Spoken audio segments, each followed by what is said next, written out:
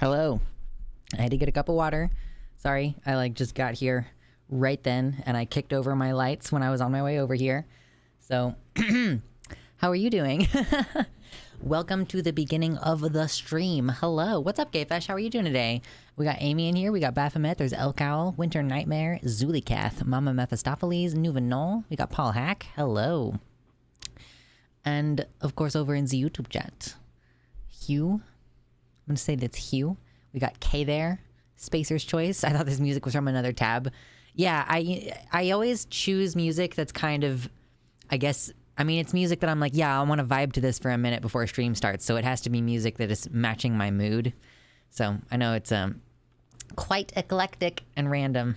Anyway, what's up, Emma? And we got Aaron as well. And there's also Sisu Kara. Did you get your hair touched up? Yeah, so I actually, I don't go to get my hair cut anymore because I think people are terrible. And, well, it's like, so they always mess it up. They always try to curve this line in really hard. And I want that line to be straighter. And, yeah, I mean, I just don't want to be that close to another human being who's not like, I have literally exactly one human being who I'm willing to be like within the couple of feet parameters. I saw a DGR Dave video recommended and thought for a second it was you and realized you and he have very similar faces. I don't know DGR Dave. I'm gonna have to look up this person and see what they look like.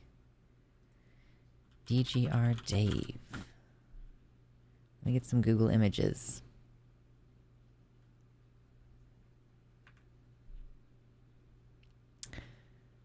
You know, I think I would have to see him in motion. I think because I don't see it for sure. I would need to see him in motion to get the vibe. His teeth are just way different. I should watch him though. That would be funny. I haven't got my haircut in nearly 2 years. That's the reason I don't get my haircut anymore. Yeah, I just buzz my own hair and I get a mirror and I hold it like this. And then I buzz my hair like this. And then sometimes I'll, one time I took like 3 inches off the end of my hair. I just took my hair down and cut it. Some skizzers. And just give it a little trimmy trim.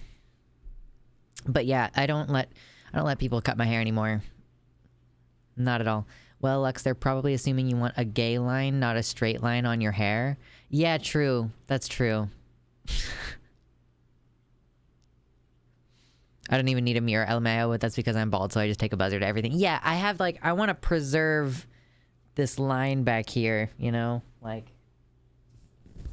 It's already not great. I for sure have, buzzed off some of my long hair right on the edge of that before.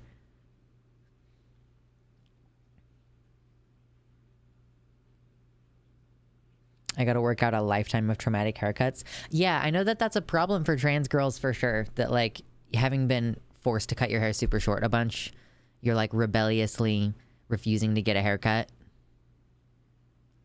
What's up, Gentle Rose? My hair is the same style as yours. I haven't gone to a barbershop or salon in 6 years. I'm DIY all the way. It's so easy. It's so easy to maintain. I don't do a fade. I don't do a fade on the sides. It's all just one length, so I can just go do that and try to preserve the edges as much as possible. And then I'll just seek and destroy my ends. No big deal. In my case, I'm just lazy. I really like head massages and fingers through my hair though, so for that alone I go. Yeah, I could see that being a temptation. That's the kind of thing that I would, if I was living with a person who I was in a tryst with, I would probably ask them to do that sometimes, but I don't.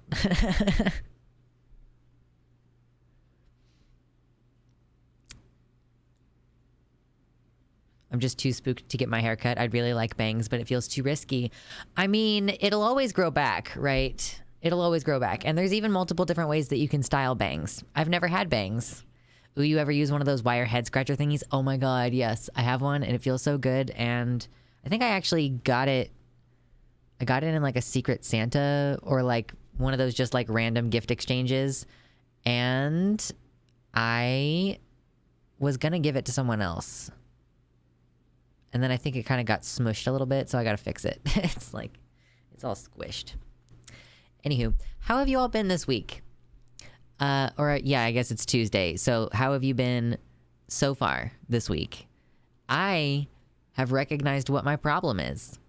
You know how I was like burned out on Sunday and the whole stream was just like, shrug, we're just going to chit chat because everything sucks. I figured out what's wrong. And I think the problem is that I did trauma therapy last year, and we're just chilling, Spider, for now. We're doing our usual chill out at the beginning. And I was about to complain about how I feel like shit right now. So I just haven't been feeling great. So I think part of that is like, first of all, I should be taking a vitamin D supplement. I have some, but they're like expired in 2017. So I think I'm just not gonna take them, and I'll get different ones instead. So there's that. But then also, like last year, I went to the trauma therapy for like 3 months, and I had an extreme alleviation of my PTSD symptoms, and then a series of PTSD-inducing events happened to me, and I have been having more PTSD symptoms again, and I think that that's what the problem is right now. Like, my avoidance is really high, and I am like having panic symptoms, and it's not a good time. Pussy Smasher 69, that's a great name. I'm gonna assume that you're just being silly. You will catch a ban pretty quickly. Thanks for the sub, though. Yeah, the hypervigilance and the jumpiness. That was the thing that I noticed. That was like the biggest difference when the symptoms went away. I was like, oh wow, it's crazy. Like the toaster just like popped like right in my face, and I didn't flinch or react other than being like looking at it because it moved suddenly. I didn't like jump though or experience that. And so now that's just back, and it sucks fucking balls. So, yeah. Fojo, what's up in the YouTube chat, wants to know what type of trauma therapy I did. I did prolonged exposure therapy. I had already decided on that with my first therapist, who, because she was a specialist, like she had already been doing prolonged exposure therapy for a while, in addition to DBT, which was what I was seeing her for originally. She had been trained in EMDR, but it was like, I was like, yeah, you don't know that one as well. And I think like it makes less sense to me than the prolonged exposure. So I'm gonna like trust the method with prolonged exposure. So that's what I ended up doing. Oh no, I mean like that is how it works, Gayfesh. It's just that like death and abandonment and extreme physical trauma happened to me like very shortly after I fixed my PTSD, which like just basically I think that it's like given me PTSD again, or like, I mean, I guess I'm experiencing it as the same symptoms more or less, but yeah. EMDR helped me a lot.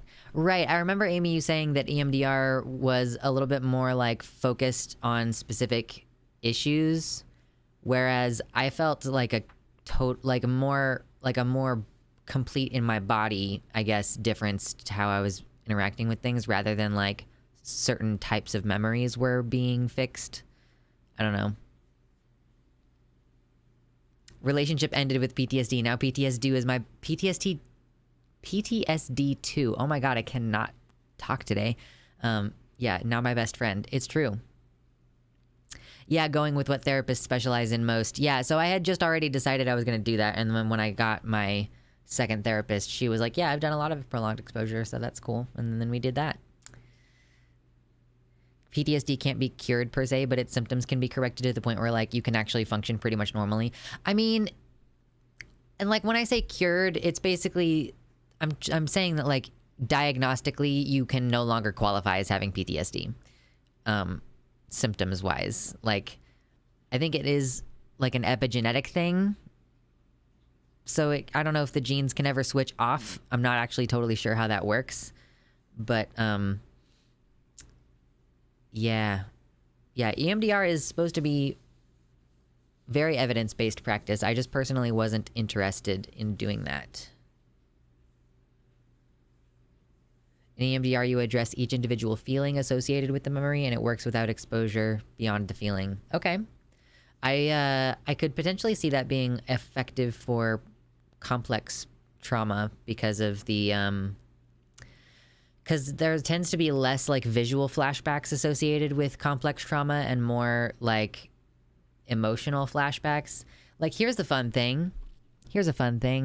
I have a spike in my PTSD symptoms when I try to do the dishes. Because of, like, I've actually even talked about this on stream before, like the specific memory that we targeted in my prolonged exposure. And I'm sure this was not the only time that dishes were part of it, but like just getting abused by a parent for not doing the dishes correctly. And now I try to do the dishes and I'm like, I get like lightheaded and like it's super weird. And I couldn't figure out what the fuck was going on. And I'm like, oh yeah, okay. This is what PTSD is. Like just being able to notice and recognize it kicking in.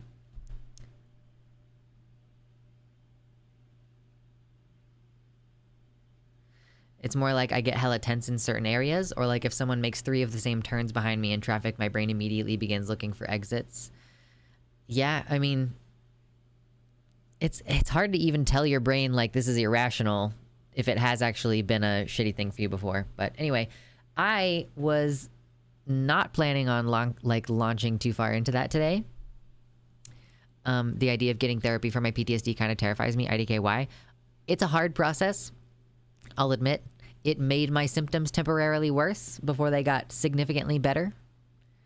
And I think it's tricky when you are continuing to live through life experiences that are actively traumatic, like living through a natural disaster or a global pandemic. Those are actively traumatic things. So it's kind of natural at this point in America that you're constantly like just battling against various functions that are trying to push you into being like dependent on substances.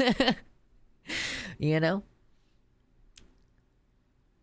Yeah, the genocide. Yeah, exactly. Yeah, for sure. Like the danger is concrete and real. Like my avoidance of gay nightclubs is not irrational, I don't think. So it's hard to deal with having PTSD if you're like, well, no, but the PTSD is correct about some things. Like being around people could threaten my life because COVID is just still a thing. And even beyond COVID, there's a bunch of other shit still going around. I think it's getting a little bit better because this winter has been pretty mild. I mean, it's been fairly mild where I live, at least.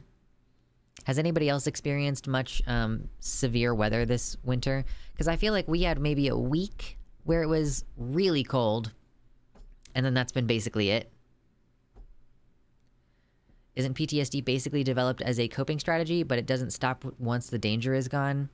Yeah, I mean, it's kind of like a whole bunch of genes for survival switch on, and then they get triggered very easily by things that you don't actually need them for.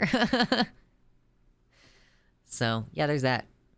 It's been pretty dang cold here in the 20s. Yeah, it's been a chillier this week. What's up, Emily? Same but never really extreme in the UK. Yeah.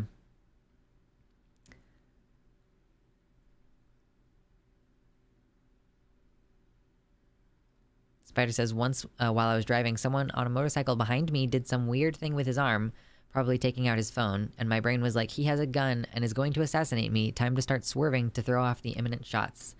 Do you happen to remember if you were passing another motorcycle coming this direction? Cold snap in Texas. Oh yeah, I saw some of my Texas friends talking about the weather down there this past couple days. I'm just hoping the power grid doesn't fail like it did in 2021. Yeah, no shit. Oh my God. -17C where I am in Ontario. I don't know what that is in F. Yeah, because when motorcyclists pass each other on the road, they do this thing. They usually just like put up 2 fingers, like, but it's low down. Like it's like, okay, you're on the motorcycle, you're going, da, da, da, and you just go like this, like, and that's it. They do the little hand thing. Yeah. Yeah, Anthony, no arguments here. I also hope that the PTSD symptoms alleviate. I'm still seeing the same therapist who I did prolonged exposure with, and she's basically like, okay, so sometimes PTSD symptoms just kind of like resolve if you give yourself like the space to process through them. So I think that I'm like, maybe part of what's going on is like things have finally kind of chilled out in my life, and I don't really have like active problems. Well, that's not entirely true. But like, for the most part, I've got a lot less going on because I'm like not going to work and like not interacting with very many people. A lot less opportunities for like being involved in like your friends' breakup or whatever, like, you know, like just having to talk to people and deal with shit. Anyway, so I think that because there's a lot less stimuli right now, I'm like, oh yeah, trauma. Maybe we should start processing some of these emotions. And I'm like, oh yeah, the IUD thing was fucked up. Like the time that I got an IUD put in really, really messed me up pretty significantly, actually. Quite upset about it still. Oh my God. -17C is 1 degree F. I just don't understand. Like, I just don't get it. I just don't understand, like, how many, it's like, okay, how many numbers? It's just like, why do you got to do like a weird math equation to figure out the correlation? It seems like the lower you get below 0, like the less of a difference there actually is in Fahrenheit. I don't know. It's super weird. If we see Ted Cruz headed to Cancun, it means we're in deep shit. True.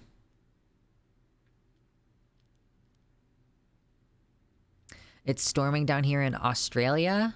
Summer is a myth. Ooh, okay. What time is it in Australia? It is 7 hours ago. It's like 10 in the morning there. But also it's tomorrow. 10 in the morning tomorrow. -40 is the same in both Celsius and Fahrenheit. Okay. And then 0 and 32 are the same. I'm guessing that -18C is like close to 0F. All right. And then isn't boiling temperature like 100C? And it's like 190 something F. What is boiling temperature? Oh, it's 212. I don't know why I thought it was like 196. Hello, Morningstar System. How are y'all doing tonight? Saw the Twitter convo. Very annoying for sure. Yeah, which one? I have been a very, very, very bad NB lately. And I've been arguing with people on Twitter a lot.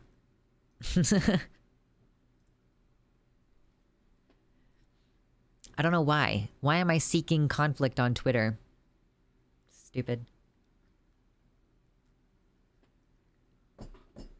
Anywho. Yeah, I've been arguing with people on Twitter about xenogenders. I've been arguing with people on Twitter about COVID a bit. And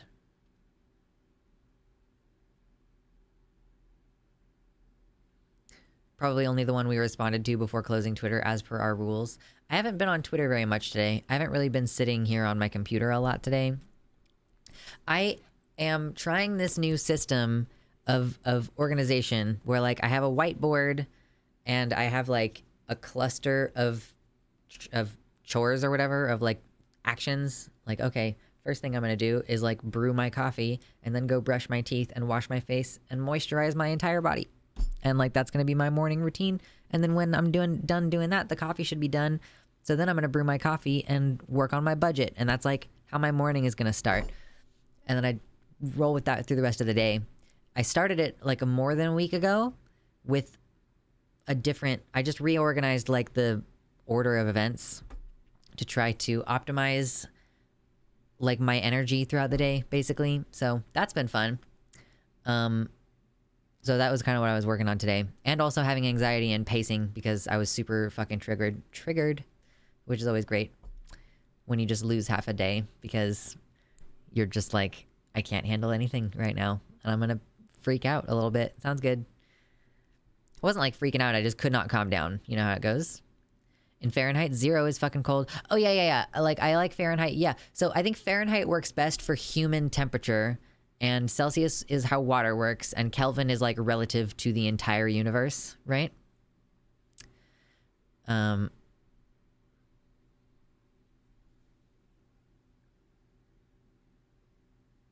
yeah, Fahrenheit, 0 is fucking cold and 100 is fucking hot. In Celsius, 0 is cold and 100 is you are dead. It just doesn't make sense to humans. Moisture? Moisture?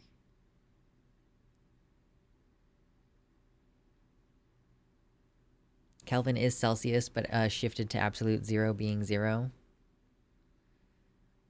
I don't know what that's supposed to... Wait, what? Above 30 C is so hot. 0F is where table salt stops melting ice anymore. Oh, so is there like some specific reason why 0F is what it is? Oh, I see. When you're talking about temperatures of stars, Kelvin and Celsius are basically the same thing. Okay, I see. What's happening? Oh, man. I have a little bit of a headache. Oh, boy. 0F is when salt water freezes. Okay, so like, yeah, it's not, like Fahrenheit is not completely arbitrary. Even though it kind of feels like it is sometimes. It's like the only thing that I know is 22C or 21C is right around like the temperature that you want your apartment to be at. Like 22C is like right around 72, maybe 73 degrees Fahrenheit. Because I have a 3D printer that works in Celsius and it starts like when it's got a temperature sensor. So if the nozzle hasn't started heating up yet, it's probably the same temperature as the room. And it usually reads 21, 22C. Actually, I don't know in my current space. I haven't set it up yet. I haven't needed to use it. Like tell me what I should 3D print because I haven't been 3D printing anything since I moved in here. I have black filament and I have white filament and that's it. Although I do have some acrylic paint stuff, markers that I could hypothetically use to paint something onto the filament. Like, you know, for example, like my horns were 3D printed. I think that you all know that already. But if you haven't seen my horns before, this is what they look like. Hello. 3D print yourself. Okay, but here's the thing. So here's the thing about that is don't ask me to 3D print anything that I would need to model myself because I can't do 3D modeling. I don't know how to do that. Dragon scale ear prosthetics. You don't want those to be 3D printed though, because that would be very uncomfortable on your ears. You know what I mean? Horny stream. I didn't really intend to keep these on, but they are 3D printed. So this is like one of the possible things. If you use flexible filament, it could work. Yeah. Flexible filament is really tricky because it just has like very particular temperature requirements and stuff. Like it's a weird 3D print a mold for silicone. But you see there will be layer lines. Hold on. Can you hear this? I think we've established before that you can hear the 3D printing sound lines, but like I gotta be quiet. Hold on.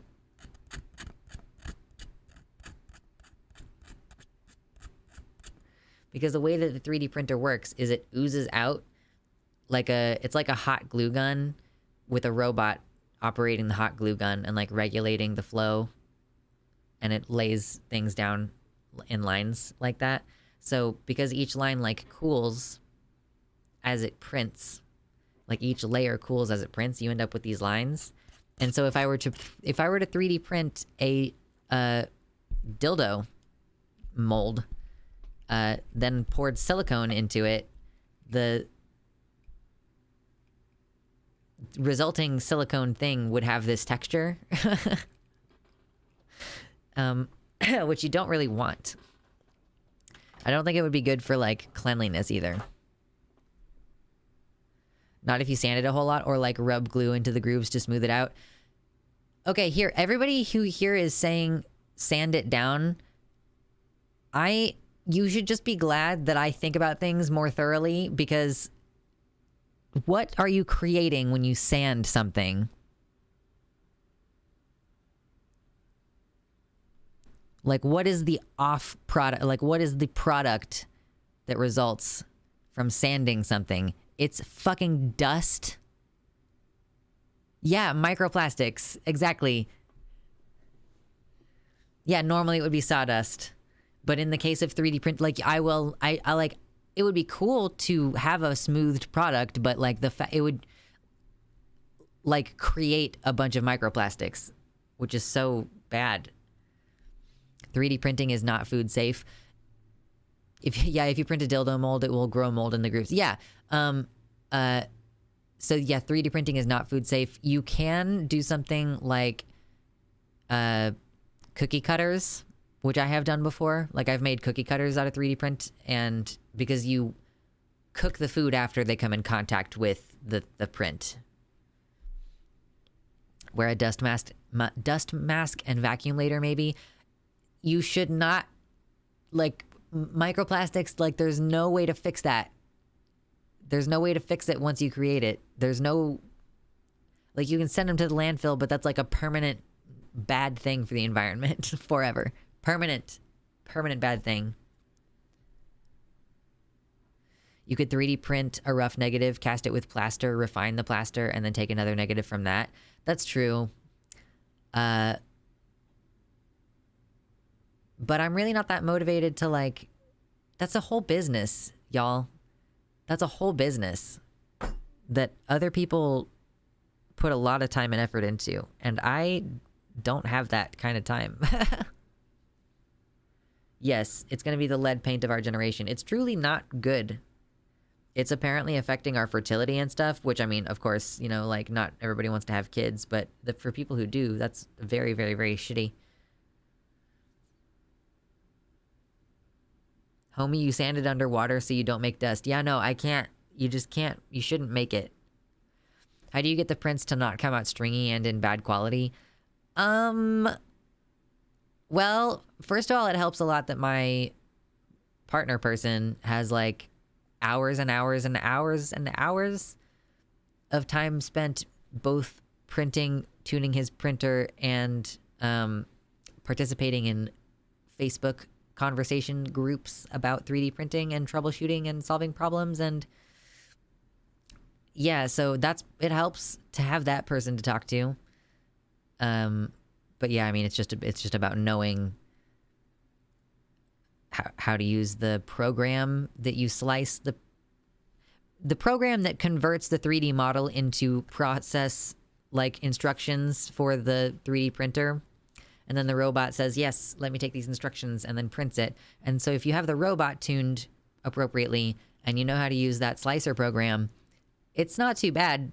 Like, it's pretty, I mean, I 3D printed these, you know, like, I didn't model them, but, like, it was on my printer, and they, I mean, if I'm being honest, this is, like, a pretty sexy result. Like, that's, like, it, as far as 3D prints go, that turned out real fucking good. I'm being honest. Plastic cum, exactly. PLA is biodegradable, so 3D printed microplastics are not the worst from what I've read. Oh, okay. Wait, PLA is biodegradable? And that's like the most common type of, like, hobbyist plastic. Isn't PLA like the same type of stuff that they make like plastic cutlery out of. Like it's, or no, cutlery is like ABS maybe. I can't remember. The sad truth about a lot of art stuff is that a ton of it is super toxic and or bad for environment depending on medium. I'm trying to get back into doing art stuff. I haven't decided, I guess, how to invest my time doing that. I do have some art supplies, but like, am I gonna plan out a whole project, or should I just like grab some paint and start wailing it, like just wailing, and figure out what's gonna happen afterwards? Okay, so I got it right the second time. It's ABS. I have also heard that you can smooth out 3D prints with the appropriate solvent vapor for the material. I would need to have an enclosure for that, and I don't have one. Ooh, here is something that I'm kind of getting interested in doing. I am fluctuating viewers like wildly today. We're still in the first hour. We always just chill the first hour, okay? I know that I've gotten into a habit of just putting the I just put the stream title on at the beginning of the stream, even if we're hanging out first, but whatever. Leave me alone. I am actually like I was just thinking about the enclosure thing that you would require for the vapor bath, and that reminded me that I'm considering getting an aquarium. I had been talking about getting a betta fish, but I don't think I'm going to start with a fish. I think I'm going to start with just plants, because I have like 20 plants throughout my apartment, and they're all doing pretty well. One of my orchids is like in the process of trying to flower right now, so that's cool. But yeah, I would like to have an aquarium, and I think I'm just going to start with just plants. Dope had to restart. Uh-oh. That's no bueno. El Cal says, I started a couple TTRPG writing projects for myself. That's cool. I always like to see like unique TTRPGs, especially since, you know, Wizards of the Coast. Wait. Wizards of the Coast, is that just Magic the Gathering? Why was I thinking that with D&D? Or does D&D, is D&D owned by the same? Help me. Help me, Obi-Wan Kenobi. Doe had to restart. Exactly. Okay, yeah, so Wizards of the Coast is both. Okay, cool.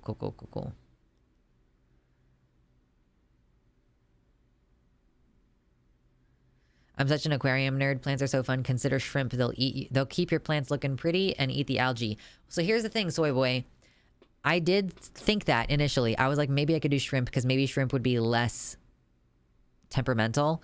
But I was talking about it with my partner, and he was like, yeah, except that shrimp can be even more sensitive to the water conditions. And I'm like, this is what I'm trying to put off. I'm like, I don't want to learn about the fucking water condition nitrogen cycle bullshit. I just want to have a thing and like do very little to keep it going. You know what I mean? Aquatic snails are fun too. Yeah, I was thinking maybe about that. Except that I thought that snails are like the type of pet that you have to be willing to cull a lot of them. Good night, Anthony. See you later. I've heard that you have to cull snails because when they reproduce, they have like hundreds of babies. So you kind of have to be willing to just like kill a bunch of them. I love how people make those biospheres and terrariums with self-sustaining enclosed systems. Right. I think usually a lot of these systems do require you to replace some of the water. Or at least, or like add water. That's the one thing. Snails are cool. Only if your snails fuck. I just kept one at a time. Can you get just one aquatic snail? No, the whole point is that I'm going to start with just plants. And then I'll get used to that.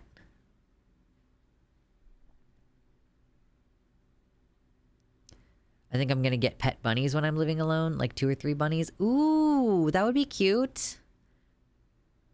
Get a succulent. I've had one alive for 3 years and sometimes I forget I have it. Do you have a nice window that's like a south-facing window for your succulent? Because like, I find it so difficult to get my succulents enough light, even if they are in the window. Like even in southern-facing windows, they act up a lot.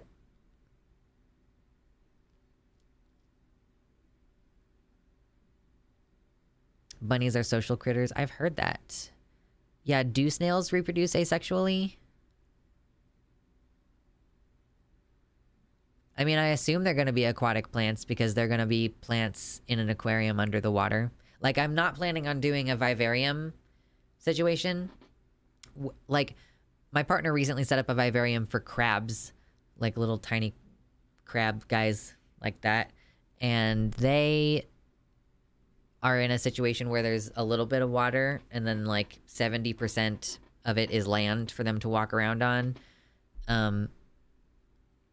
And I'm mostly interested in just having a full aquarium with just a bunch of water in it. And then like the kind of plants that are nice underwater.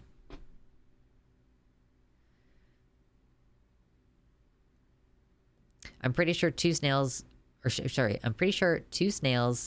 can produce... Okay, snails reproduce sexually, but they're hermaphroditic, so they will inseminate each other if there are two of them. A hermit crab friend. Ooh, yes. Hello, Mersh. How's it going? But yeah, this is one of the things that I'm considering doing. And if it's like plants, then I feel like if I got really annoyed by the sound of the filter being on, I could just turn off the filter for a few hours and not feel bad for my plants. Whereas if there was a fish in there, I would feel like the filter has to be running 24/7. Just Googled it. Most snails are hermaphroditic, but can also reproduce sexually. Oh yeah, I mean, yeah. It just means that they can reproduce with any of them. Apple snails are only sexual. Oh, wait. So most snails can self-fuck? That's crazy. I want a vivarium for frogs so bad, but I need to move to a more stable situation. Right. Frogs are they're not a low-maintenance pet. And if you get them a vivarium, like this is my partner's first terrarium. This is what happened. He got a terrarium and was planning on getting it set up for a frog. And he wanted to get it going and like let it be biostable before introducing the frog, rather than like setting up a little biome and like not waiting for anything to really take. You know, the plant's roots didn't figure it out, and like you want to give him time. And so what ended up happening is he put the dirt in there, he put a bunch of plants in there, and he got some isopods. He got me into the isopods thing. That's how I got into isopods. He got orange cream. Or originally he got dairy cows, but then he learned that dairy cows would be like... they would actually try to nibble on the frogs. They're just very protein... Like, the isopods will try to eat the frogs alive and give them little sores that'll get infected and stuff. So, he ended up just, like, putting the isopods in there and, like, letting that kind of get established. And then he found that the crustaceans were a good pet. Like, the isopods were good pets on their own. And he was like, oh, well, I like this as it is. The level of maintenance that this requires is working for me. And I don't want to get a frog and make it more complicated. So that's kind of what I'm thinking might end up happening if I get an aquarium and put a bunch of plants in it, is I might end up being like, well, putting a fish in here would really just overly complicate my responsibilities. Isn't there a hybrid lizard species that is wholly parthenogenic? Like each of its parent species are sexual, but then the resulting hybrid just has parthenogenic clones? I don't know. I had not heard of that before. I wouldn't be surprised, though. Is it possible to muffle the sound of a filter? Well, it's usually the sound of running water. And it's like, I don't know if you can really muffle the sound of running water. That's one of the appealing things about having an aquarium, is that the sound of running water can be nice, but it's just also like constant.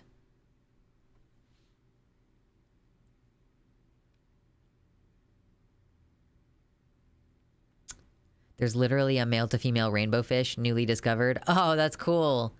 That's awesome.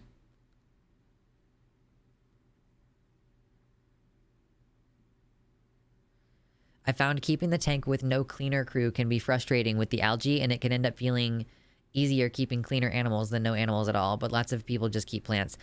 I mean, I could just get a plecostomus, right? That would be a good starting point. Because the plecos are, like, pretty low maintenance. But the problem is that, like, yeah, with the ammonia, you, like, have to replace the water and stuff. The sound of running water is nice because it keeps you from letting your bladder get too full. That's also true. Plecos get mega huge. I might have access to like a 10-gallon tank. So that's what my capacity is. I'll just make sure to like ruin something important about the environment before it gets too big, and then it'll die young. Cheers. What's a good clean fish? Soy boy, tell me.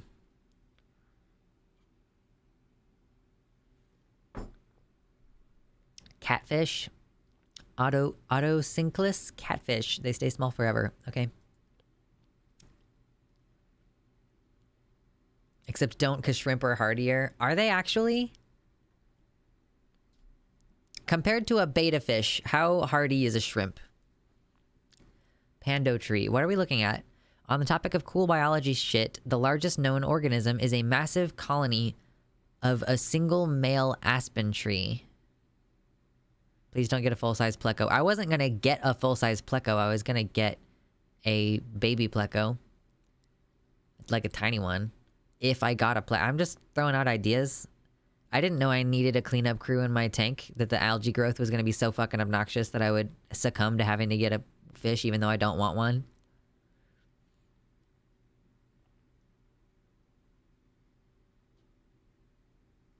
A single male aspen tree. Yeah, the patriarchy strikes again.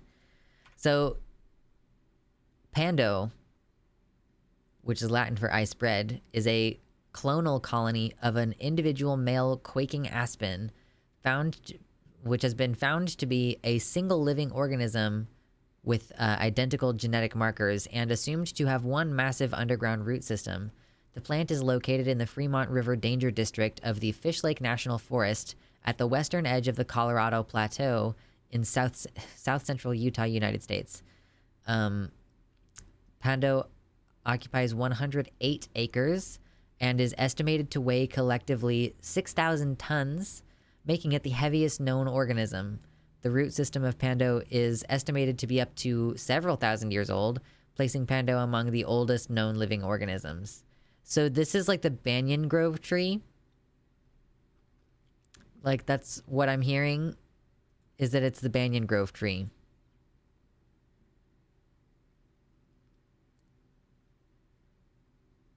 Shrimp can be hardier. Okay. You could use the algae. What do you use the algae for? It's called the rose-veiled fairy wrasse. The MTF rainbow fish. Oh, nice. Cool. So yeah, what I'm hearing here is that this is the banyan grove tree. I kept a mono shrimp, and they were super easy keepers, just like betta. My friend keeps cherry shrimp, and they live and die in a colony and will breed in your tank, kind of like them isopods. You don't need cleanup crew, but getting water chemistry right to grow plants without algae can end up being just as complicated as keeping animals. There's lots of variables, though. I'm not an expert. Yeah, what I ended up doing was I was watching a bunch of videos about the basics of getting your aquarium set up for fish.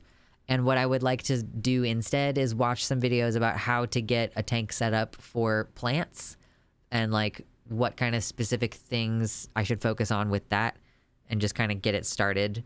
And then if I do end up having problems with algae or something, then I can look up and troubleshoot that problem. And if in troubleshooting that problem I determine that I want to get some shrimps, then sure. But I don't actually want more pets. I like plants because I can forget to deal with my plants and they're just fine. Like, there's just no big deal. The banyan grove tree might have been inspired by Pando. I hope so. My mom knew someone who kept pond life in their tank, the giant aquatic beetle, and everything including the crayfish. Oh, wait. Oh, just like really packing in fish that are too big to be in there. That sucks. Oh, the giant aquatic beetle ate everything in there, including the crayfish. Holy shit.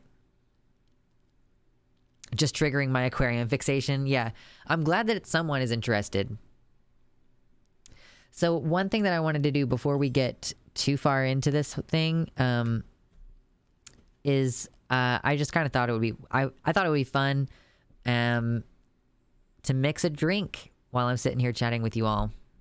and then I'll have a drink and you'll know what it is. Algae can be used for biofuel and compost if you're into that. Right, isn't algae a superfood? You could hypothetically take it and, yeah, maybe just grow algae. That would be very low maintenance. True, that's true. It's just that, yeah, the algae could block the light, for example, and like block your ability to see what's going on in the tank and just would be less beautiful, hypothetically. Unless there are specific types of algae that you would like to grow for their aesthetic purpose. You know? I know a really good drink. 2 parts hydrogen, 1 part oxygen. Yeah, I already got that one.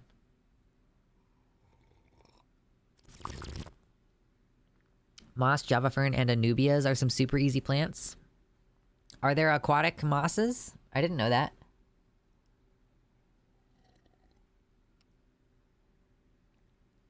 I've triggered a couple people's special interest tonight, which is always fun. That's a good time. So if you didn't know this, I have a little bartender's kit because I got really into watching How to Drink at one point. So I bought a little bartender kit, just a little cheapy bartender kit. Is it mosses or lichens? Lichens are composite creatures. Yeah. I'm pretty sure Marimo moss balls are algae. Getting another headache today like yesterday. It could be the sweets. Any fixes? I can't take NSAIDs. Can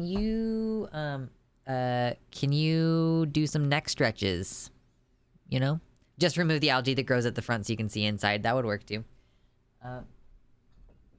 So I'm going to make myself a little dirty martini because dirty martinis are delicious. So I'm going to make myself a dirty martini and then we're going to finish our little chill hangout segment hour.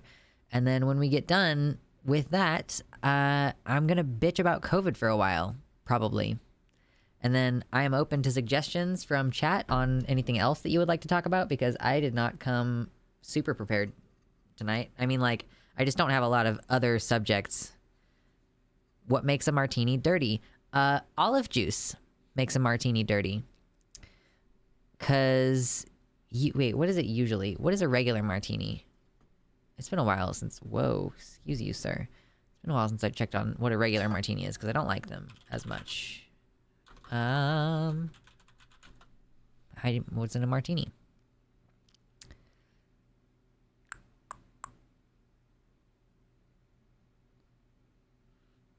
Oh, really? Is a regular martini that simple?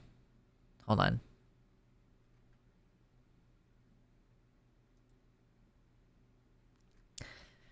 So a regular martini is just, it's usually gin and then some dry vermouth, a dash of orange bitters, and it's usually garnished with like a lemon twist or maybe with an orange twist. But a dirty martini is, you could make it with gin or vodka. I prefer it with vodka, dry vermouth, and then instead of orange bitters, you do olive juice, like olive brine. And then you'll usually garnish it with olives also. So that's what I'm going to do. I prefer a simple gin and tonic. I mean, gin and tonics are fine. I just don't really love the lime flavor. It's not really what I'm going for. And the saltiness of the drink. Like, you can't get over the saltiness of the drink. My favorite mixed drink is a White Russian. White Russian is like a creamy coffee drink, right? It's like vodka and Kahlua and some kind of cream. Oh, it's just Kahlua and cream. Okay. Truthfully, I usually drink the gin straight.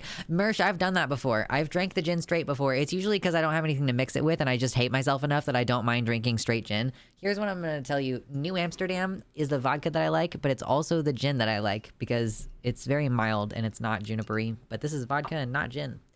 So a martini has 2.5 ounces of your spirit.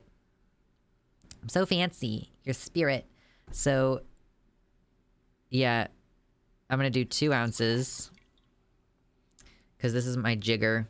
I'm a perfectionist, and I know that you're supposed to be able to pour from the bottle in like 1, 2, 3, 4. That's a certain amount of ounces if you just do it the same way every time. But no, I'm a psychopath, and I will never do that. I mean, I'm sure that I would like to learn how to do that. I just don't have, like... I just don't want to have to move around my little drink thing. Like, put it on all these different bottles, because I don't have very many of those drink topper things. So, that was 2 ounces. Now I'm going to do a 1/2 ounce, because it's supposed to be 2.5 ounces of spirits. There we go. And 2 ounces of vodka. You know that TikTok? You know the one? You know the one? Okay, put the vodka away. Go away, sir. You want a 1/2 ounce of dry vermouth. Here's the thing about vermouth. It is a... yeah, exactly. 2 shots of vodka, right? So vermouth doesn't have very much alcohol in it, actually. It's like a 13% or maybe 11%. I don't know. It doesn't fucking say somewhere that I can... Oh, 15%. So anything below like 30% alcohol content, you really should refrigerate. So any liqueurs or stuff like that. So vermouth is actually kind of like wine in the sense that, yeah, it will go bad and it turns vinegary. Just exactly a 1/2 ounce of that. It turns all vinegary if you're not careful. So actually when I put it in my fridge, I store it like... I store it on its side because that's supposed to like help prevent as much air leaking around the bottle cap. I don't know. Like, to prevent it from oxidizing as much. I've learned a lot of information about drinking, even though I don't like it. I don't enjoy... I mean, I enjoy drinking. I just don't want to enjoy drinking. Is the struggle that I have right now. But, you know, the great thing about drinking martinis is that they hit really fucking hard and you can kind of only have one. Like, if you want to have a bad time, you can have 2 martinis in a night. But it's probably not going to feel very good. So I also do my martinis extra dirty, which means that instead of... So it's normally 2.5 ounces of spirits, and then 1/2 ounce of dry vermouth, and then 1/2 ounce of olive brine, and I do 1 ounce of olive brine. Because, fuck it. Like, you only live once. I could go for 2 martinis right now.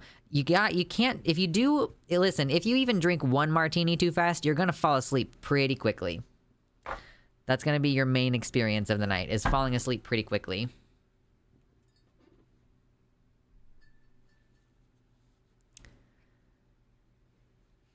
To be fair, it actually didn't look like that much more than 2 shots, maybe 3 at most.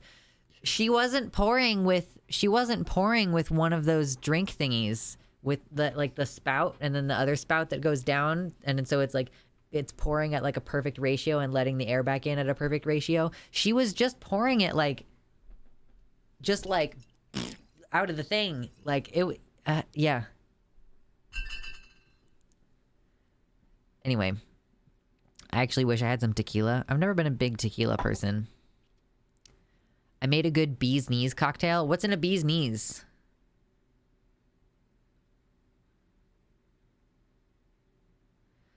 I have one of those for my olive oil bottle. Yeah, I have one of those for my olive oil bottle. Because I use olive oil all the time. And you're just like, olive oil. Okay, we're done. It's so convenient. I remember once when I just turned 21, me and a buddy were trying to think of a drink that would be very gay, as in both fruity and creamy. We asked a bartender if they could come up with something like that, and he basically made a drink that tasted like an orange creamsicle. Oh yeah, like orange creamsicle is like, yeah, you could just do... You could probably just do like Bailey's with orange liqueur, maybe? I don't know. Bailey's has like a weird coffee taste to it, though. Maybe not Bailey's. But some cream-based liqueur mixed with orange liqueur. It'd be pretty straightforward. 2 shots of vodka. Oh, good. Thank you. 2 Shush.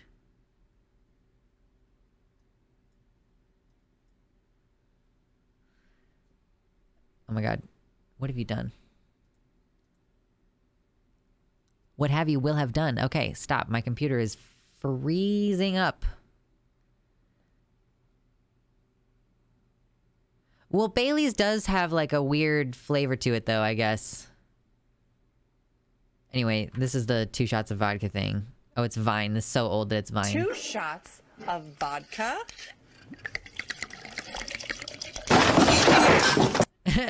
I give in. Shush. two That was, yeah. That was like, she wasn't even done. It cut off before she was even done. I'll listen while cleaning. Listen, that's perfect.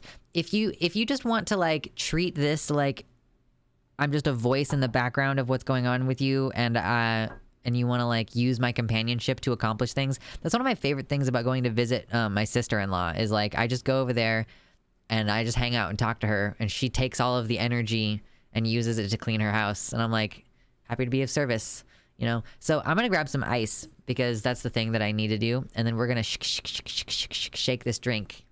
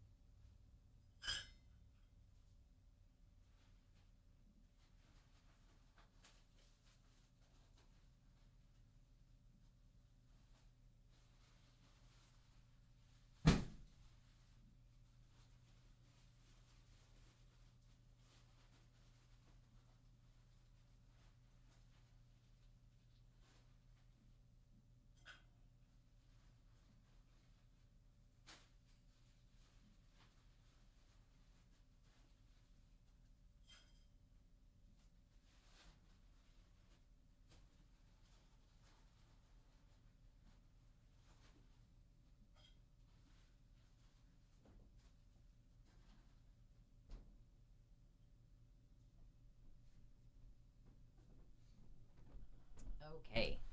I got less ice than I was hoping for, but it is hard to get ice unstuck when it's in a bag, and I didn't want to deal with it. So, yeah, this is the fun part. This is the fun part. You pour that in there, and then you do this, and you go like this. Ah!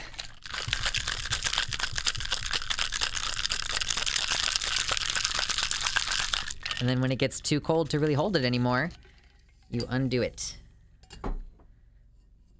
Ah ha ha ha ha. Lux, I can't believe you support ice. I know. I eyeball my alcohol too. Yeah, that's part of it too. That's another reason why I measure my alcohol with a jigger, is so that I don't end up in a situation where I have no idea how much alcohol I've had to drink. Cancelled, I know.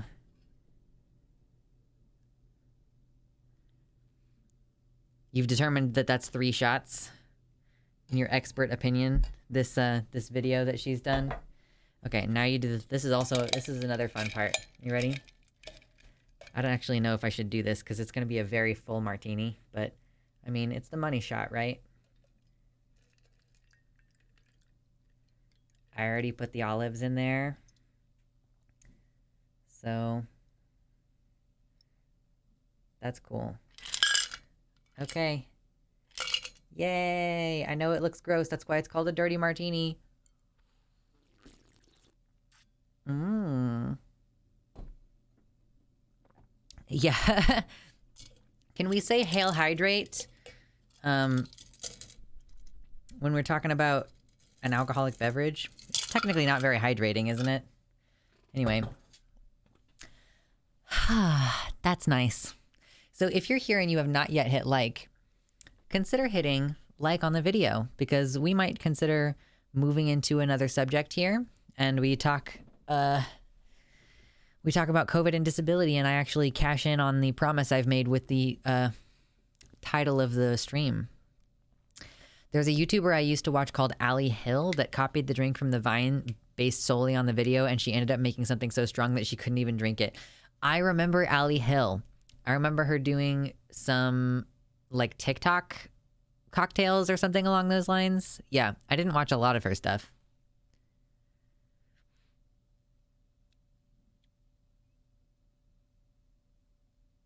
Wait, what's mostly water? Zulikath? Anywho. Oh my god.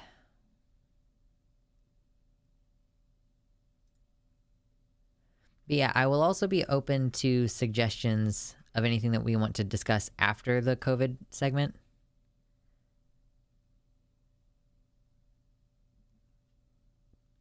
Oh, it's mostly water. Yes, alcohol is mostly water in the sense that most alcohols are, yeah, but they dehydrate you actively.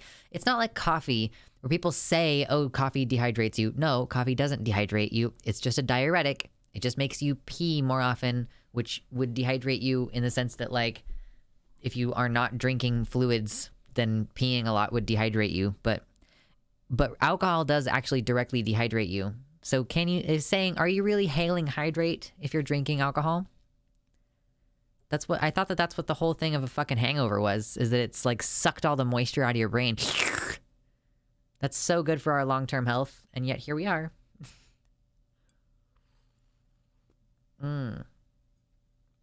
Yeah, it's super salty.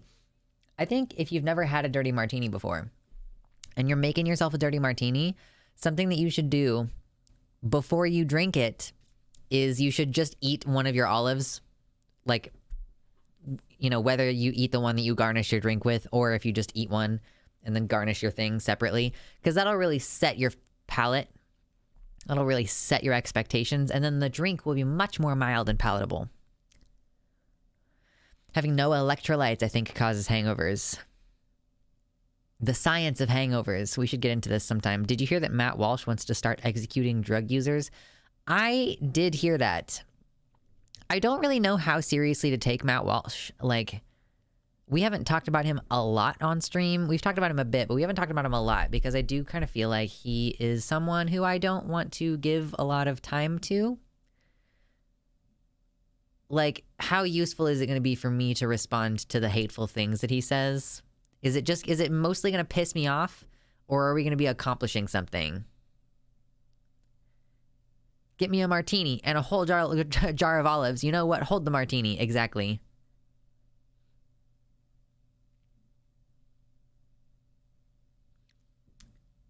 It absolutely is dehydrating. If someone asks me what's in my vodka flask, my answer is water, mostly.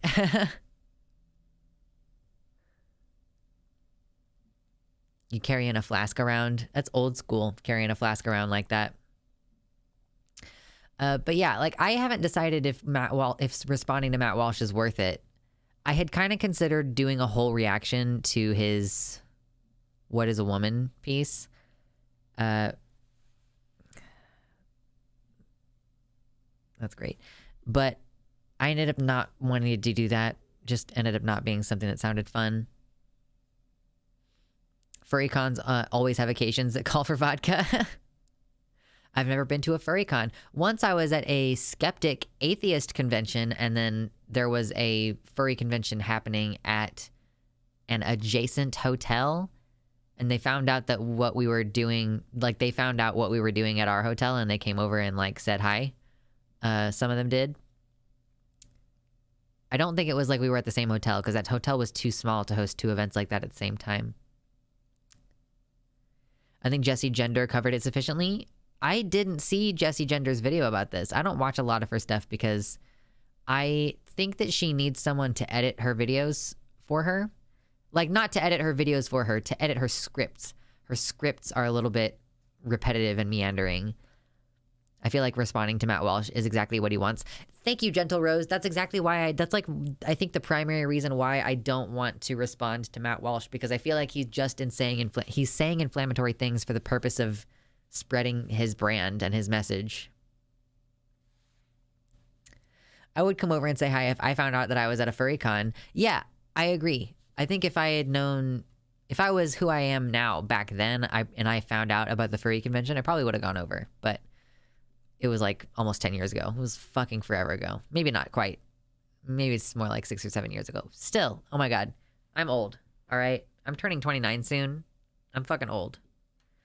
It's so, like, my birthday is 2 months away. Just about 2 months away. That's exciting. Also, is tomorrow... It's like tomorrow and Thursday are a pagan holiday. So that's cool. I haven't been doing that as actively lately, but I would like to get back into it.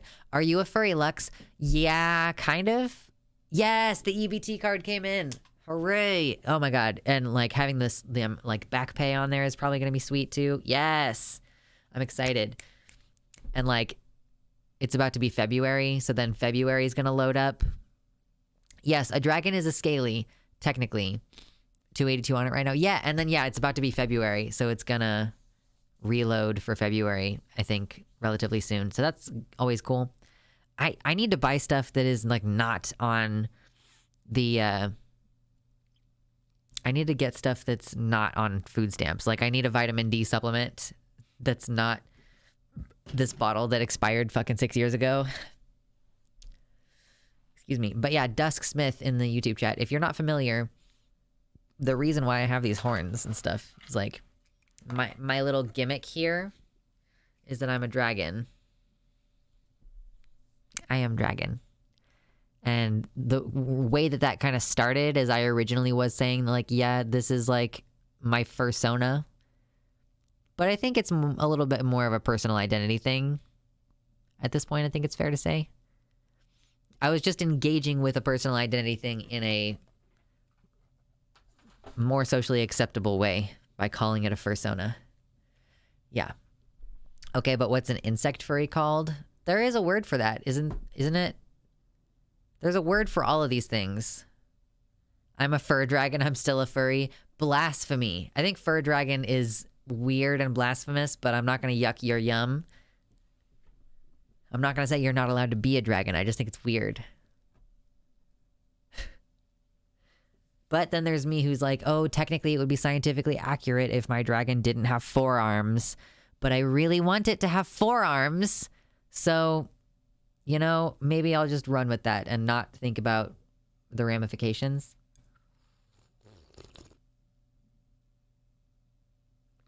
Anyway, feather dragons are where it's at. No, elk owl. Okay, I'm not going to shout. That is part of why fucking Aragon sucked so bad. Aragon the movie, they gave her feathers on her wings when she's repeatedly described as having bat-like wings with a skin membrane. Oh my God. I'm so mad. So mad. Bug furries, I'm getting skelly, short for exoskeleton, or crawly. Crawlies? Okay. Yeah, I have like 5 snake plants. They're doing pretty good. I wouldn't worry about science with dragons. Succulents can survive but won't thrive without direct light and are easy to overwater. Yeah, no, I love snake plants. I have 3 and I'm taking care of 2 that aren't mine, but I have functionally in my care 5 snake plants and they're pretty great. Didn't the Pete's Dragon remake have a furry dragon? I don't know. I don't know Pete's Dragon. Not familiar. Blasphemy. It's so... No. Dragons are like reptilian. Why would they... I mean, I guess... like some dinosaurs had feathers, but I guess they're not every type of dinosaur had feathers. Oh, I don't like the idea of dragon with feathers. I just don't like it.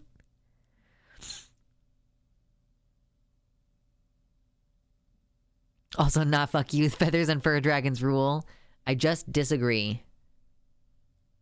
What about Quetzalcoatl? I don't actually know what that is. What about Falcor the Luck Dragon from Neverending Story? He was also furry. He's also, like, not the same kind of dragon, though. Because he doesn't have wings, right? He just kind of flies. He reminds me more of an Eastern dragon. Dragons can have a few feathers as a treat, but should have membranous wings. Yeah, I think Decoy Duck got me the dragon wings off of my Amazon wishlist. They haven't arrived yet, or I would be wearing them. Duh. Oh wait, I didn't ever turn on the lights. Why did I never do that? Where is the thingy?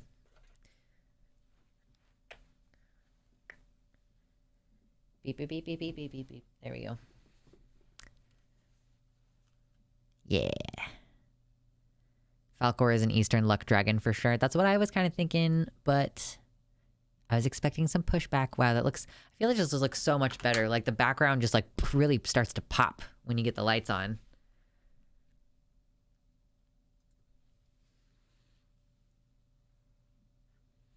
I'm a scorpion, just a little dragon without wings. You're just a little scorpion with a little tail, a little, a little tail. Quetzalcoatl is a Mesoamerican feather serpent god. Okay. I don't know a lot about Mesoamerican folklore or religion or mythology or whatever word you want to use. I like worms better. What is a worm? Like WYRM. Isn't that different in a lot of different mythoses? Oh yeah, Peppo Comfy.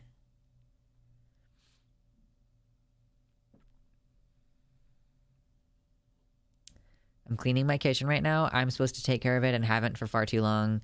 I should make it up to my roomie somehow. Yes! Maybe make dinner or something after you clean up or something. I don't know. Worm is just a subgroup of dragon. I heard that Mesoamerican or Egyptian mythology are the top choices for the next God of War game.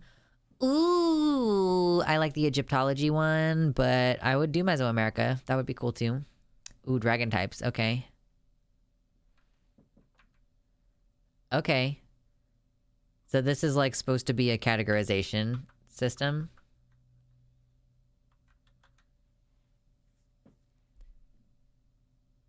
And its colors segmented off. Like wyvern, drake, worm. Or is that just... Okay, so it's just highlighting the like common ones. So, like a drake has the 4 leggies, no wings. Dragon has 4 leggies plus wings. Wyvern has arm wings. And worm has no arms or wings or feet. Salamander has multiple leggies. Interesting. And so the Quetzalcoatl is a... Yeah, it's like feathered and crested. It's like a feathered and crested worm in this sub-chart. Okay, anyway. That's neat. I remember back in the World of Warcraft days doing my dailies in the Storm... Oh shit, what was it called? Oh, what was it called? It was called Storm something. In Northrend. In the northeast. Like the northeast corner. Oh my god. I can't remember what it's called. It's next to Ice Crown. Anyway, I was doing my dailies there. And one of the dailies that you could do was like stabbing a flying worm in the eye with a spear. It was pretty fucking cool. What was it called? I need a nerd. What do you call a dragon that lives underground? An earthworm. What the fuck was it called?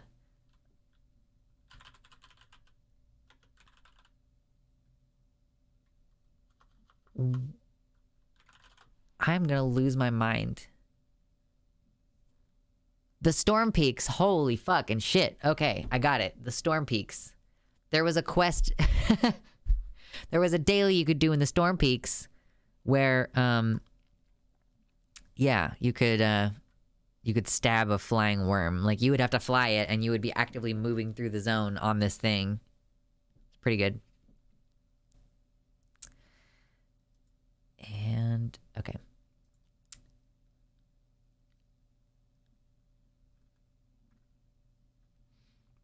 I'm sure that there's a bunch of news and I'm just like missing out on it because shit doesn't show up for me on Twitter the same way anymore. It did used to be the place where I would get my news from, and now it's so weird and shitty. I'm seeing a lot about Tyree Nichols, obviously, because that's like the latest public lynching that's happened. I usually don't have a lot to add on those things because I'm just like, what do you say at this point?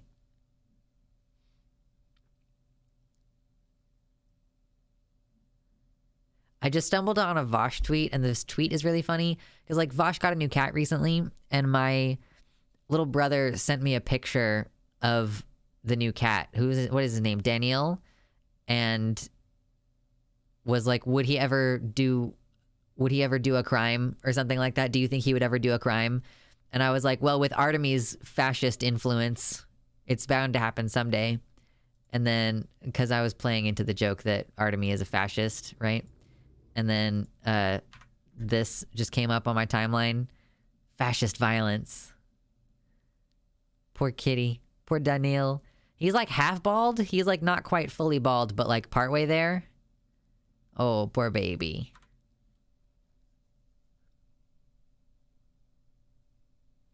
Heads up that your stream is probably going to get suppressed due to the title is showing Health Canada links on the video.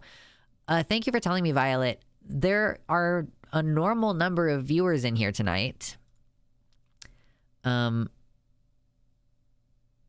I have seen a lot of that happening. Like anyone talking about COVID is like pinged for COVID misinformation. I mean, part of what I wanted to do in this was like, I want to talk about all the different things that I've heard can happen to you with COVID. I think Daniil will end up being an Anprim. True. Daniil is ANCAP. Artemy is the fascist and Pigeon is the tanky. Daniil is going to take both of them and become pure chaos. True. I mean, yeah, exactly. Another lynching by cops, another mass shooting, another anti-trans bill, another Republican says fascist shit. What else is new? Yeah. You gotta like shuffle things around a little bit. You gotta try different stuff. But so, okay, so here's the thing. I guess we can kind of get into it here in a second. Because this is gonna be like a whole thing. This is gonna take up like a big portion of tonight's stream. That's why it's like the main thing that I have on the schedule tonight.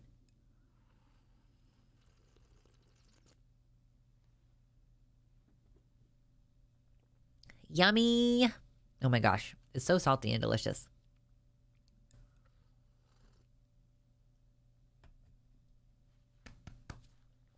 Okay.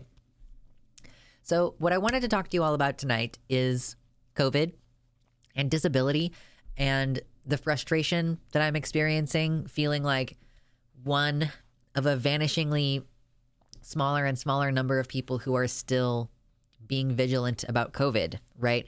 Because I have been on disability Twitter this entire time, and I have been paying attention, and like I'm not even really going that far out of my way to seek info about this, but because I regularly interact with information about COVID, I am regularly getting more updates about it. It's like, oh, based on your likes, and like the algorithm has just been filtering it in because I care enough to be retweeting and interacting with these posts about COVID, right? And it just seems like fewer and fewer people are doing that.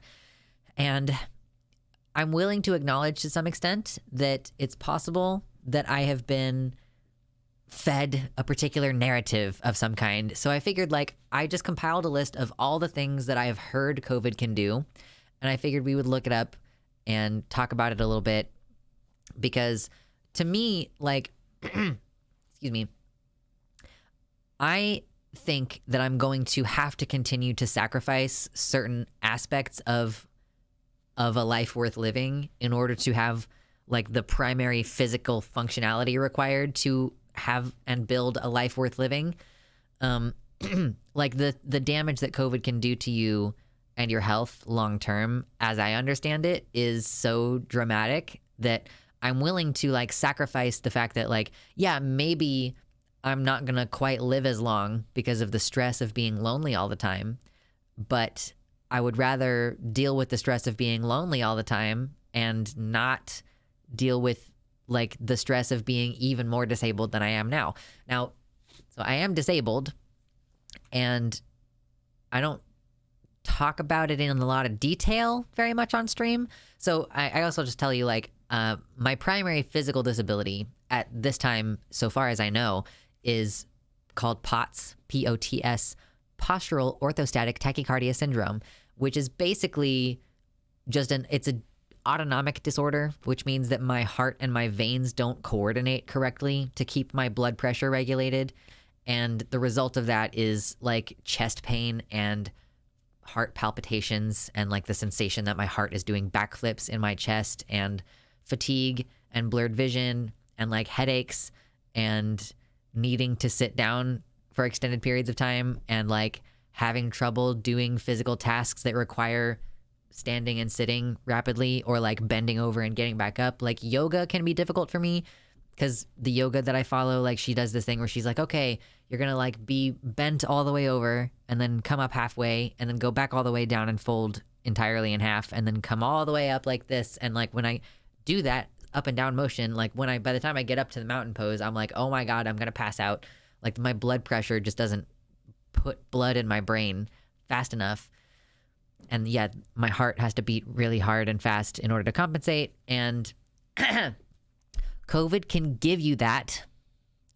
I have had it my entire life as far as I know. But COVID can just give you that, which is scary. And I promise you that you don't want it. It will limit your opportunities for work and activities that you can enjoy. Like I might actually have to be careful on certain roller coasters and stuff like that, because I technically have a low blood pressure disorder.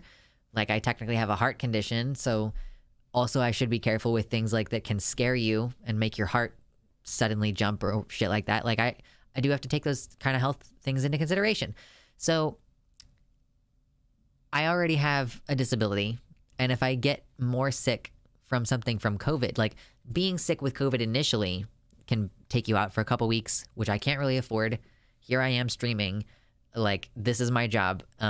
So I can't afford to take that time off.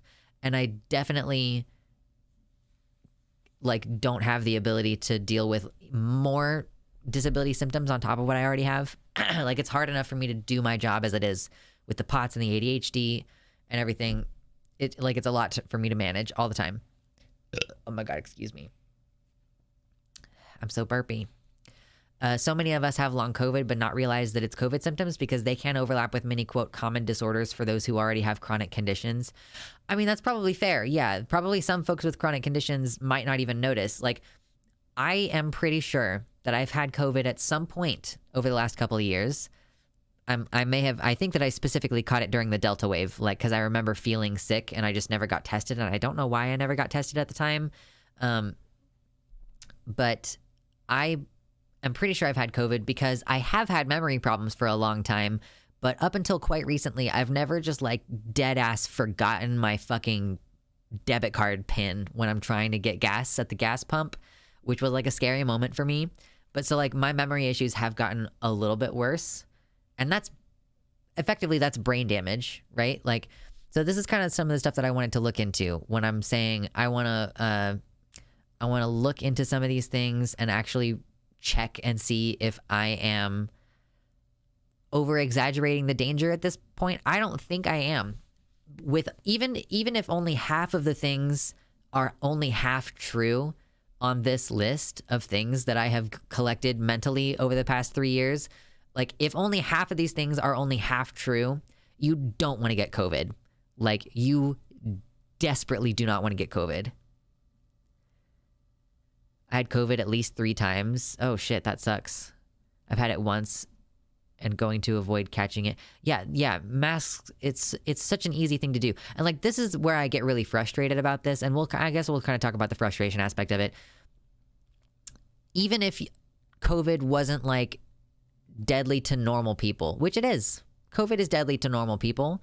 Like that was something that we had to get used to in that first couple of years, is like, yeah, people who are immune compromised might get really, really sick from like the common cold, but most people don't get really, really sick from the common cold. But pretty much anybody who catches COVID can get really, really sick. And there's not like any good predictions for that, right? Yeah, and just, it's so easy to avoid spreading it. And we're running into this situation where people act like it's such a fucking effrontery to them. Like it's such a major inconvenience to ask you to keep masking. It's like, not only are immune compromised people at even higher risk, because if a common cold can kill you, then yeah, like COVID can kill you. And when we're talking about immune compromised people, we're talking about people who are taking chemotherapy for their cancer, or people who are taking care of their grandma who is in chemotherapy. Like it's not just the immediate people at the grocery store. It's also their families. It's also their grandma and their kids that you could be having an impact on. And one-way masking only works so far. I wear a KN95 and a cloth mask on over top of it to like make sure it's sealed to my face pretty well. But if like other people are still breathing out their shit, like, yeah, the filter is trying to filter out the stuff as it's coming into my mouth. Gross. But like, it's not gonna work forever if every person around me is just breathing out. I will say the one good thing is that this time, there are so many variants of COVID that I feel like even if you run into like 5 people at the grocery store who all actively have COVID right now, you're probably getting exposure to like multiple different types, and maybe there's not enough of any individual one type to really get you sick. But this is like a gamble that I shouldn't have to take when I go to the grocery store. There are videos of like the one specific video I remember seeing of like a woman specifically coming up to cough in the face of someone who was wearing a mask. And I have also like, I have this, it's like, I think it might be the same person when I go to the self-check at one of the grocery stores, is that it's like I'm wearing 2 masks and I'm at the self-check, and I have clearly, like, I've been doing my absolute best to not only be wearing my mask, but I also avoid being around people. I go to the specific grocery stores that I go to because there's like enough space to be away from people. There's enough space in the aisles, or like the bread section is nice and roomy, so I can just get over there and wait for like the area that I'm actually trying to go to clear out. And then I get to the self-check, and the employee who is not wearing a mask like just approaches me and gets within like 2 feet of me to talk to me about something, or like to ask me if I want to give money to their cause or whatever. And I'm like, I have earnestly considered calling this store and being like, this is unacceptable. Like, your employee is putting me in danger because I can't do anything to get them to not come into my space. Like, why have you trained your self-check employees to approach someone? I would not give money to someone that close. Yikes. I mean, it's like, you can like scan the barcode to do your little donation to the charity that they've decided or whatever. Yeah. Like, it's happened a couple different times, and I'm really, really upset by it. And I'm willing to acknowledge that maybe that's not rational, but I do feel like a deep, and I'm like pissed about it, which is what makes it so hard for me to address it, because it is such an, like, to me, a very serious, life-threatening situation that I like don't even know how to respond, except to just like, no, thank you, not today. And then like just hope that they walk away immediately and try to end the situation. Because if I start yelling at them, then I'm just increasing the amount of time that they're spending in my fucking personal space. So yeah, I don't know. I might actually, depending on how the research goes during this stream, where we're going to look at, here's my list. Okay. I want to look at the total deaths for the last 3 years and the recent deaths with regard to COVID. Because what I've heard on Twitter is that there are still like maybe 2,000 or 3,000 deaths of Americans per week that are attributed directly to COVID. That's what I've heard on Twitter. So I want to check that. I also want to look at if there's any news articles about changes in reporting, because I personally have noticed several changes in reporting of deaths that have indicated to me that there might be more COVID-related deaths happening than are currently being reported. I also want to look at long COVID. Like, what is that in the immediate term? Like, oh, maybe you just stay sick for a little while. Maybe the long COVID symptoms even get better after a few months. But I want to look at what that actually means. Like, what does long COVID mean? I want to talk about ME/CFS, which is a disorder that you can allegedly get as a result of long COVID, or as a result of having COVID. Like, all of these things that you can get after COVID are, it's considered like post-viral syndrome. And you can get some of these same things from other viruses, like herpes. Once you have herpes, even if it's oral herpes, you can have post-viral complications. Like, you can have your body respond in unpredictable ways to the viral illness. And, it can happen in unpredictable ways. The post-viral illness with COVID just seems to be very varied. Like, it can show up in a number of different ways.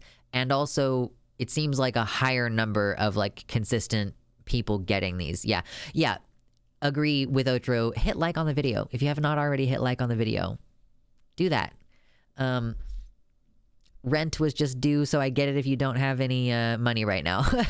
Completely get that, how that goes. So I'm not going to beg for donos right this second. So I also want to look at the varied cardiovascular issues that can allegedly arise. I want to look at the alleged damage that it can do to your immune system.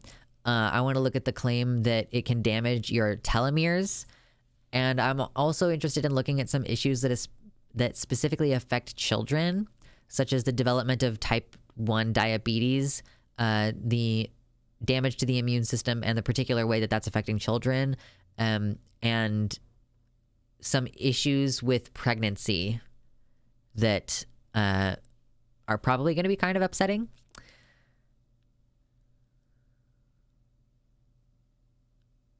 Wow, that's crazy. Long COVID is wild. Well, yeah, so long COVID is a distinct phenomenon, supposedly, and all these other things are just like other types of damage that can incur on your system. Long COVID, when I mention long COVID, I'm usually thinking specifically of like the brain fog and the fatigue. And those are specific things. So let's hope that because this is a research stream and a research video where we're going to look up the actual information in as honest a way as possible, that we don't get clapped for COVID misinformation for some unknown reason. Yes, exactly. The less time you talk to a person, the less chance of getting COVID.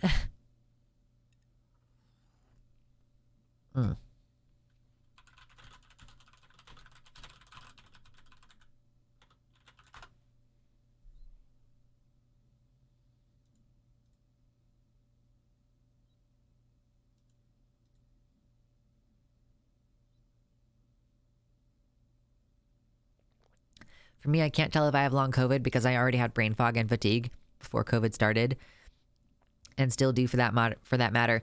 I would say if it hasn't gotten worse, you can probably feel relatively assured that you're like fine. I would hope. I don't know. So why? Okay, close that. I want to close this. I want to close that. Okay. What is happening on my phone? Why are you doing things? Cease and desist. So I guess the easiest place to look is the COVID data tracker, where this was just like the first result that came up when I was looking for this. So new deaths weekly. Right now, the current number of new deaths weekly is 3,756. I'm assuming that's like for the past week. So like the number of total deaths, according to the CDC website, so this is according to the official government numbers, there have been over 1 million deaths, like 1.1 million deaths. And still, there are almost 4,000 deaths per week. Keeping in mind that I believe at the peak, at the worst of COVID, there were roughly 10,000 deaths per week, if I'm remembering this correctly. Case and death demographic trends. Okay, maybe that's not what I want right now. Hold on.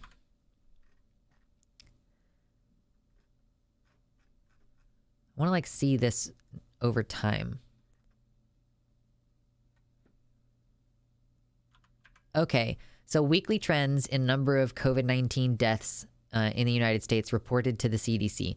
So yeah, at its worst, it was 23,000 deaths per week. Okay, so, and that was in 2021. So we've had a couple of these spikes, and now it's like lower, but we are still looking at a pretty regular amount, like a pretty regular, it's settled out a little bit. And then we get a little bit of spike here. We had some spike in January, presumably because there was a lot of, Christmas and Thanksgiving spread happening. And then, approximately 2 weeks later, starting the week of January 11th, we would have seen like hospitalizations increase and deaths increase. So it is accurate to say that COVID is still killing a lot of people. And these are considered excess deaths, I believe, like, according to just like how like excess deaths from COVID. Like, let's see. excess deaths associated with COVID-19.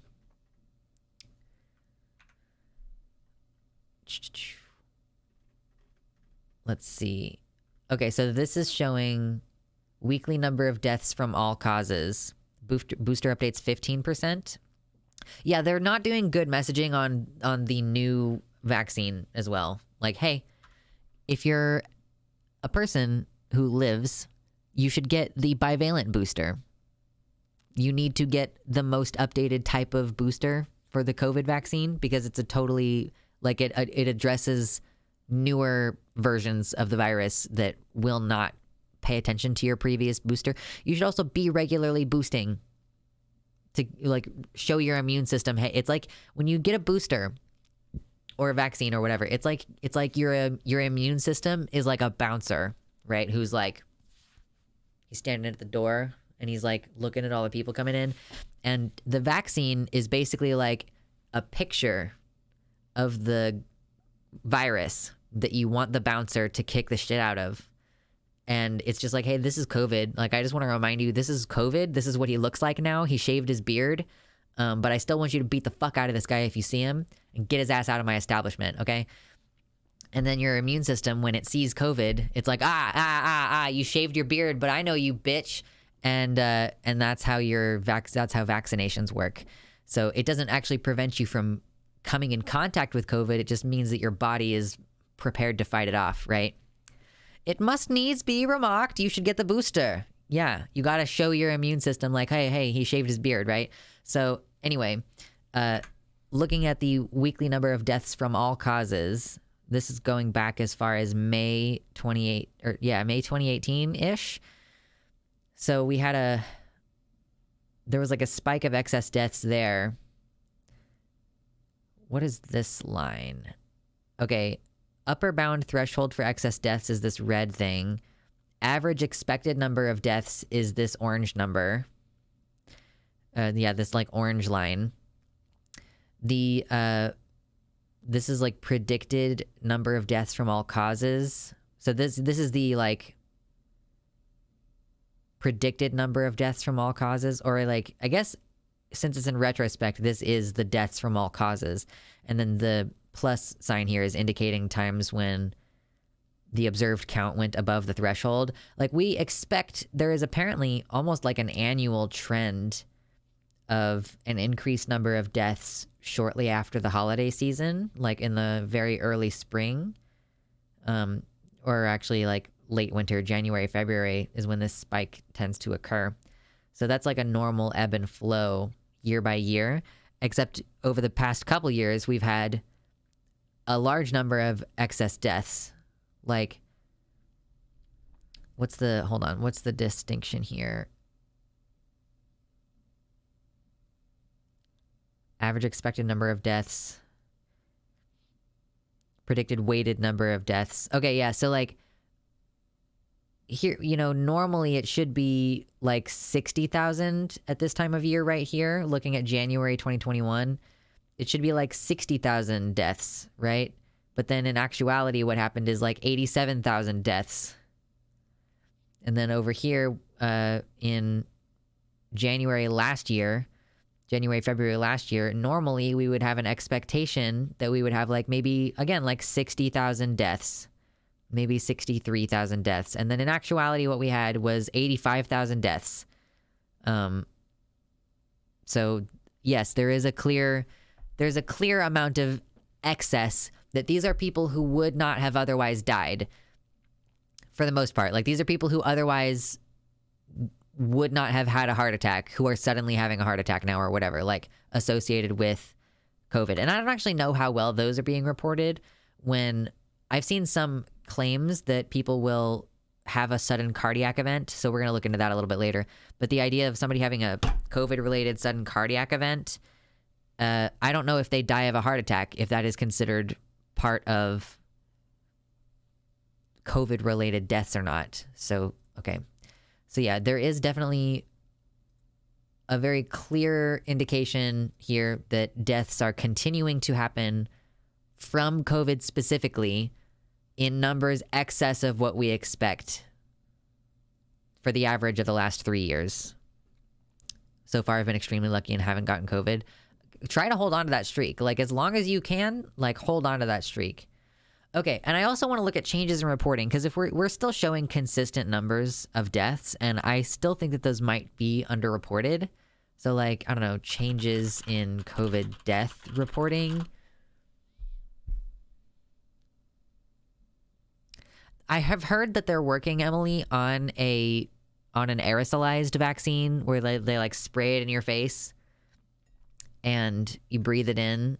I don't know if that's as effective, but yeah, I'm probably going to get my bivalent booster. Like, if I end up, I'm going to try to be able to afford to go to Seattle in April. Like, I'm going to try to save up and be smart until then. So I think if I'm going to fly to Seattle, I'll probably get my booster right before. Not right before. You should get it 2 weeks beforehand. You say late winter like January, February. I say late winter like April, May. We are not from the same region, my friend.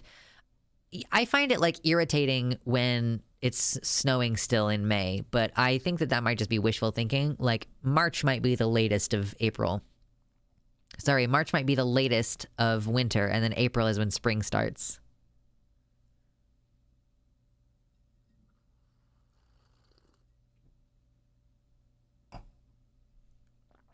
Charlie Souza said, I had heard that the folks in charge are trying to pass off deaths of any other cause as a result of COVID as not being the result of COVID, i.e. underscoring COVID deaths on a technicality. Okay, yeah, like that, I mean, that's what I've heard too. I just don't want to like assume that. So I think, okay, COVID-19 cause of death reporting changes.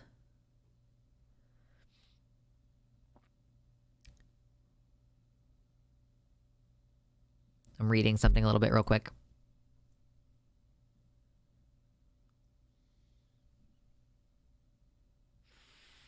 Oh my God. My nose. You ever feel like your nose is stuffed, but it's like totally dry? And you're like, I don't know what the fuck I'm doing here.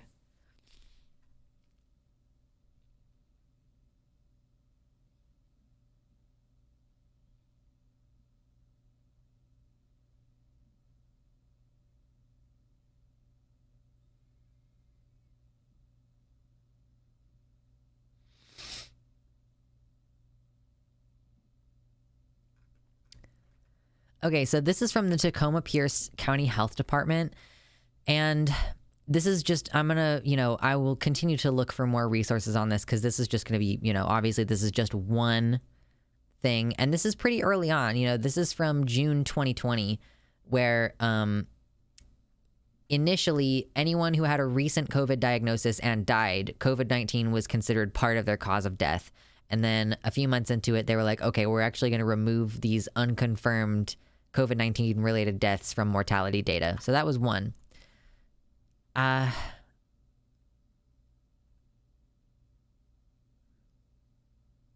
February 2021. How are COVID-19 deaths counted? It's complicated. As the U.S. death toll nears 500,000, confusion continues over whether people die of COVID-19 or, quote, with COVID-19. Here's what's behind the numbers. So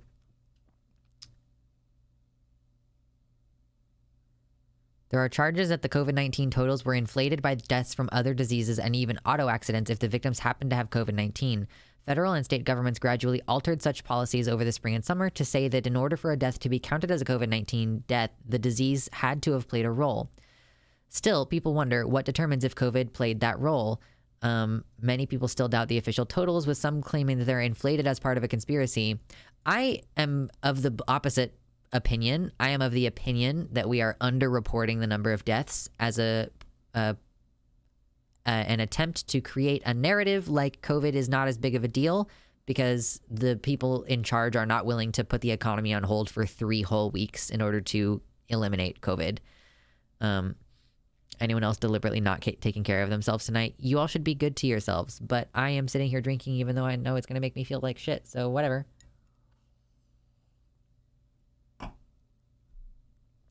Anyway, let's see.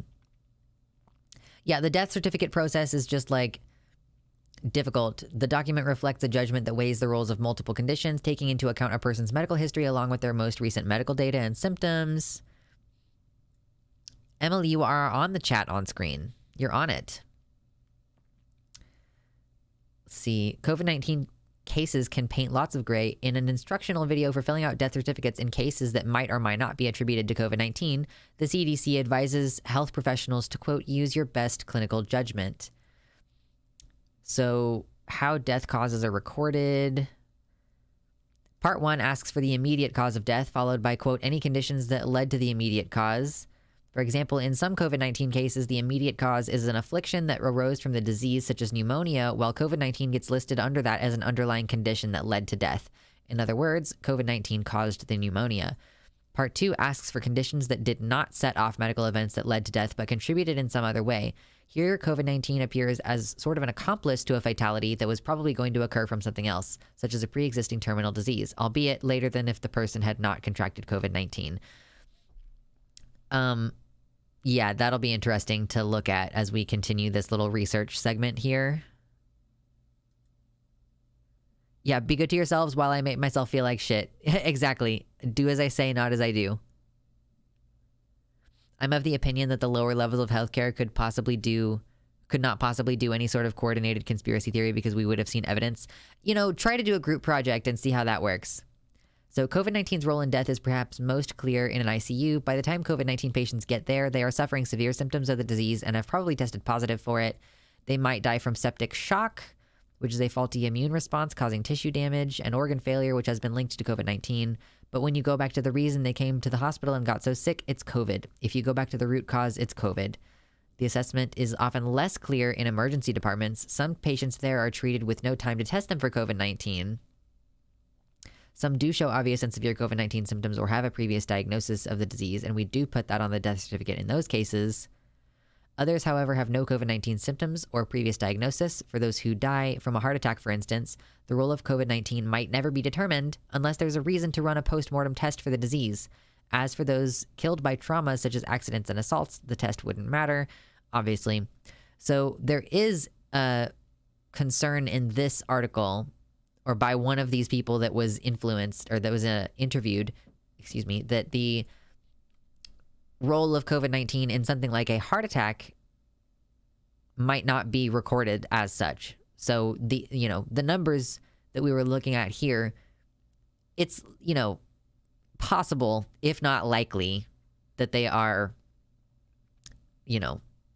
higher in actuality. It's crazy.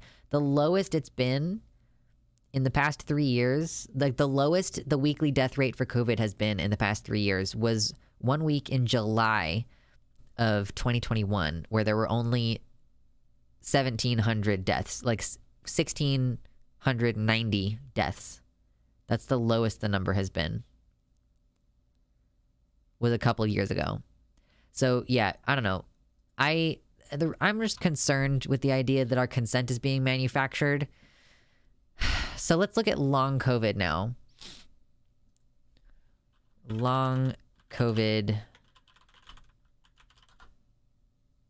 Not enough spoons for self-care tonight. I become sediment. Hey, my birthday was that week. Nice, I guess. Nice. What's up, Anansi? I am drinking a martini.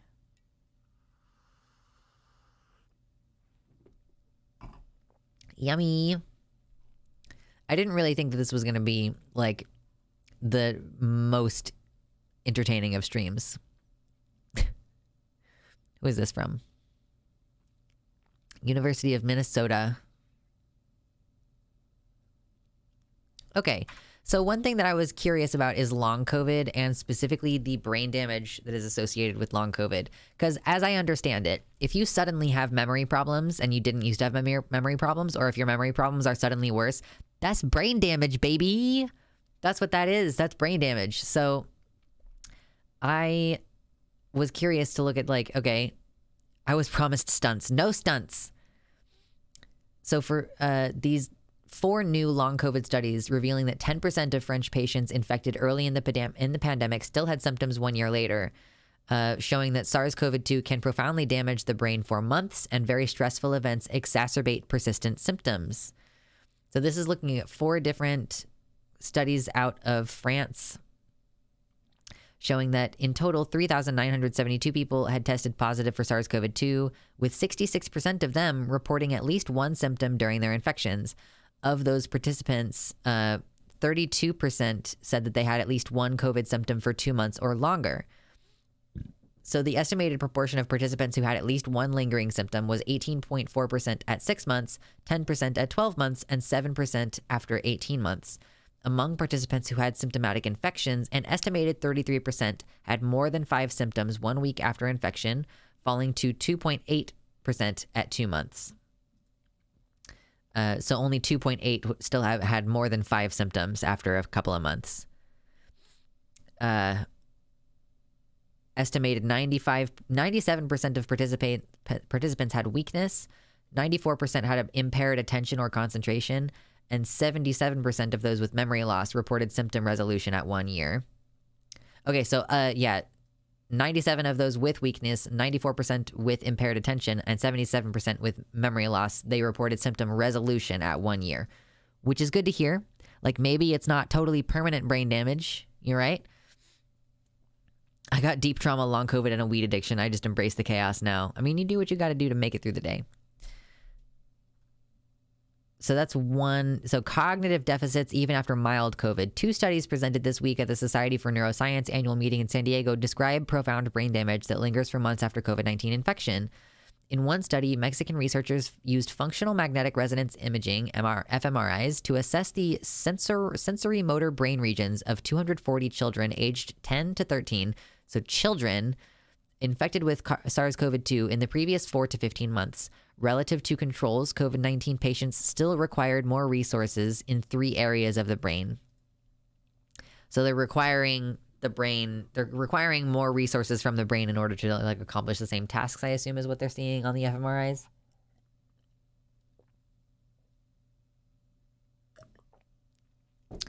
So this is saying preliminary evidence shows that cognitive deficit from neuroinflammation may result from even mild COVID-19 symptoms. Research has said that while COVID does not necessarily directly enter the brain, it can still cause long-term brain function changes through inflammation. Like inflammation of the brain, like a swollen brain or parts of your brain being swollen. Major life stressors are tied to a higher risk. Some studies are showing that participants reported significant life stressors such as financial or food insecurity, death of a close contact, and new disability were the strongest predictors of worse symptoms.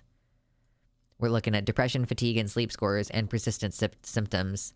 Other predictors of poor outcome were older people, females, people with a baseline disability, and severe COVID-19, like as opposed to mild COVID-19.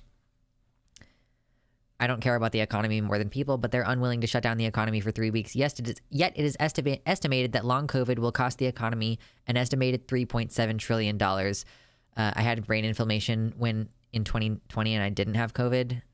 Brain inflammation is serious shit. It's not like cute. You don't want brain inflammation. Is it just me or is the connection dropping intermittently? Well, my internet should be plugged in correctly. And it's showing me that it's plugged in correctly, so I hope that it's not too much. One of the things that I wanted to look at, like, okay, so we're seeing studies that are showing that there is brain damage that you can detect on an fMRI. Like, you can see that the brain has suffered and is still struggling to function on an fMRI months after. Like, the people who they check in these kind of things are often people who like are reporting these symptoms. So if you're reporting memory loss and you get a brain scan and it's like, oh, well, yeah, there's damage. Like, okay, we're seeing why you're having memory problems suddenly. There seems to be some brain damage. Holy fucking shit. Got it. Got him. I think I need to take off my hoodie because it's really, really, really warm. But I think I need to put on just a lighter hoodie. That's what I'm going to do. I'll be right back.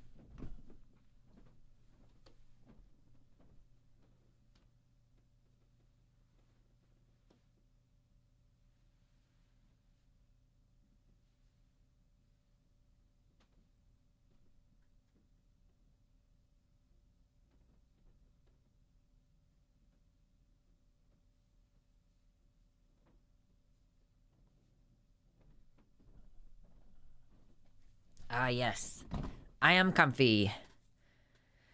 Don't tell me you have fungus gnats at the new place too. Well, I got mostly rid of them before, and then they're just, it only takes like 1 or 2 to like really start to propagate themselves in your highly moist containers that you keep your isopods in. So that's what the problem is now, is that I let one of my cultures from my isopods get way too moist, and so they're proliferating in there. So every time I open the enclosures to feed my isopods, like I just let fungus gnats out. So I'm working on it. There's like some mosquito larva killer that I can get. So it's not gonna be a big deal forever, but it's gonna be a big deal for a little bit. Okay, oh my god, my eyeballs.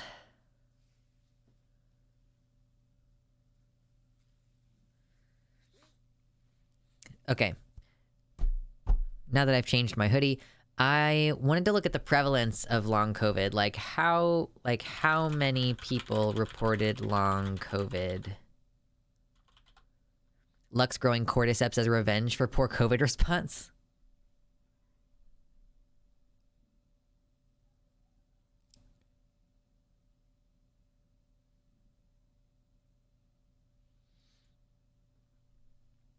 Okay, so once again, we're looking at the CDC here. Nearly 1 in 5 American adults who have had COVID-19 still have, quote, long COVID.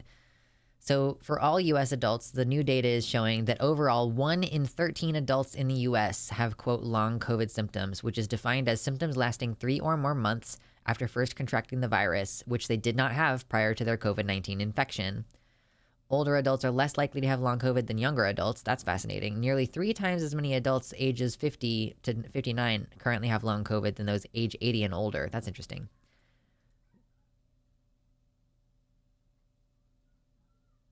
Interesting.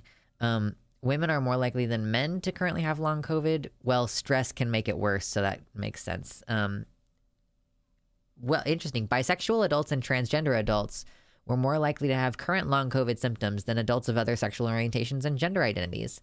12% of bisexual adults have current long COVID symptoms compared to 7% of straight, gay, and lesbian adults. And then an estimated 15% of trans adults have current long COVID symptoms compared to 5% of cisgender male adults and 9% of cisgender female adults. So there's like correlations with the stress. Yeah, maybe the older people don't live through short COVID as often. I mean, fair enough, I suppose. So yeah, what is that? What is 7.5% of the adult population?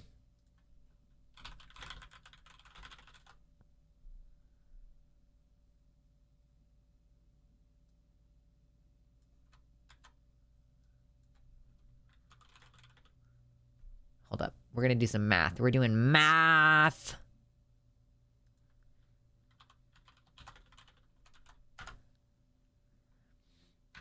So if 7.5%, so there's 209 million adults in the United States. So 7.5% of all adults in the United States are reporting long COVID symptoms, which is 15 million. So 15 million people are experiencing long COVID symptoms, which is just, symptoms lasting 3 or more months after first contracting the virus. Brain fog, all that kind of shit. So that's a crazy number of people to be dealing with. Yeah, conspiracy theory. The deep government doesn't want you to know that long COVID was designed to kill the gays and the transes. It's true. It's not true. That's a lie. Don't. Come on, YouTube. Just don't. Just don't. Just don't. Just don't. ME/CFS. ME/CFS. Stream lag? Are we getting fucking stream lag now? I'm annoyed if we are, because it's like there's nothing I can do about it. I'm paying for the good internet.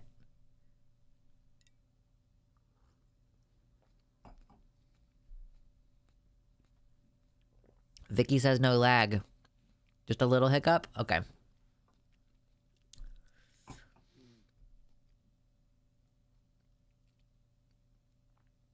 Okay, I'm reading something from Yale. Emily, if you're the one who's editing this, I'm so sorry, because you're actually going to have to do a lot of editing out stupid bullshit where I'm just quietly reading for a second.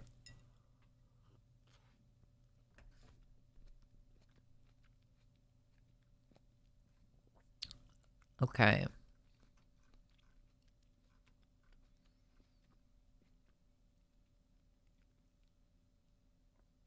Okay, this is from the Yale School of Medicine. Will long COVID research provide answers for poorly understood diseases like ME/CFS? ME/CFS is like a post-viral disorder, I believe. It stands for myalgic encephalomyelitis / chronic fatigue syndrome. It's a highly disabling, severe condition that has been largely overlooked and even questioned as whether it exists by medicine and researchers for decades. But now, following the onset of the COVID-19 pandemic, as many as 1 in 8 infected people develop, quote, long COVID, which symptoms persist for weeks, months, or years post-infection, and some are developing symptoms which are indistinguishable from ME/CFS. An increasing number of people have become debilitated by the post-viral syndrome. These folks are striving to uncover the mysteries behind the unrelenting fatigue and numerous other symptoms that seem to linger after COVID-19 infection. So ME/CFS defines the illness by just one of its symptoms. Oh, the name only refers to the fatigue, but so there's misconceptions about what fatigue looks like. I know someone who's developed this and like just had surgery on their spine to try to correct the myalgic encephalomyelitis. Which seems insane to me, but it's like this person that I know is like so fatigued that they can't really take care of themselves, and I met them in person and they're like a normal functioning person and then like just suddenly got hit with this illness. So ME/CFS is a neuroimmune, neuroinflammatory illness that affects numerous organ systems throughout the body, involving dysfunction of the vascular, autonomic, neurological, mitochondrial, metabolic, connective tissue, endocrine, and immune systems. So it seems like your entire body is just not doing too good. In addition to the core symptoms, which include severe fatigue that is not relieved after sleep, worsening of symptoms post-physical or mental activity, brain fog, and dizziness, patients may also experience aches and pains, difficulty being upright, digestive issues, night sweats, muscle weakness, flu-like symptoms, shortness of breath, and irregular heartbeat. These symptoms existed long before the virus that causes COVID. ME/CFS can have many triggers, including viral and bacterial infections, and some patients develop ME/CFS gradually over months or years. For many others, symptoms begin much more rapidly. So we're seeing some overlap here between ME/CFS and long COVID. So there's no universal definition for what long COVID is. The CDC defines long COVID as symptoms, which is very vague, just any COVID-19 related symptoms, I suppose, persisting a minimum of 4 weeks post-infection. Whoa, I clicked something. Nope, stop. Cease and desist, please. Thank you. Oh my God, why? Stop. Okay, thank you. Let's see, where am I? The World Health Organization describes it as unexplained symptoms beginning within 3 months of being infected with COVID and which last at least 2 months. These symptoms may include unrelenting fatigue as well as a range of neuroimmune symptoms. For half of people with long COVID, their condition also meets the diagnostic criteria for ME/CFS. With nearly 10% of those infected with COVID developing long COVID and only a handful of ME/CFS specialists in the country, the already woefully under-resourced medical system is not set up to accommodate this new wave of patients. So that's the scary thing as well, is like if you have severe fatigue and autoimmune problems as a result of long COVID, we already weren't treating people very nicely who had ME/CFS. And there weren't very many doctors to address this issue. So if you go ahead and try to go to the doctor for the purposes of treating your fatigue symptoms, like there aren't going to be as many available appointment slots because there aren't very many doctors who do that. And it's going to be hard to get to that point in the first place, because here's what a whole lot of people are about to learn is that the medical system doesn't care about you if you're disabled. Like this is the struggle that a lot of people are about to run into. Is like you all who are out there not wearing masks and going like, I don't think that I'm in any way personally responsible for the continuing death and desolation that is occurring to a lot of people because of COVID right now. Like, you know, you are going to catch COVID over and over and over again. And one of the times that you catch it, like, I mean, you're going to get stacking post-viral effects on your body, you know, because you're catching it's a different type of COVID every time you catch it. If you catch the Delta wave, you're probably not going to get sick off of the Delta type again. You're getting sick off of the Omicron type. So now you have 2 versions of COVID living in your body permanently. That's what a virus is. It's not like a bacterial infection where you get the bacteria and then you kill it out of your body and then it's gone. I just went to the grocery store. Maybe 2 other people were masked. Like, this is not making me feel great about even traveling to Seattle because, even while I'm there, I'm going to have to, like, defend myself. LMAO stacking debuff. No, it's a stacking debuff for sure. So every time you get COVID, you're increasing your chances of getting something like this. And like, welcome to the Thunderdome, bitch. Like, you're about to learn what it's like to be disabled. Spoiler alert, it fucking sucks. So there are hypotheses for why long COVID may be causing lingering symptoms. Virus remaining that is triggering inflammation beyond the acute phase. Also, the acute infection may trigger autoreactive T and B cells, which are creating an autoimmune response. Like, it might be causing your body to develop an autoimmune disease, basically. Where an autoimmune disease basically means, like, you're having an allergic reaction to your own body. Like, you're unable to escape the allergic stimulus because it's part of your body. Your body is like, oh, I don't recognize that. That's dangerous. Get it out of here. And you're like, those are my own skin cells. Thank you. Or I just made up skin cells. So third COVID-19 may create dysbiosis, imbalance within the gut biome that is creating long COVID symptoms or reactivating latent viral infections. SARS-CoV-2 may be causing irreparable tissue damage, leading to lingering symptoms such as shortness of breath. It's likely a combination of all these things. And when we are describing long COVID, there's probably 4 or 5 diseases, if not more, under that umbrella term. So long COVID could be caused by any number of things. Like, do you have herpes already, or did you have HPV? Because if you have had HPV, then I don't know, maybe there's some kind of like weird triggering correlation between one viral illness and another viral illness. It's also bad to double mask. Why? What do you mean it's bad to double mask? Okay, that's MECFS. Cardiovascular issues. Hold on.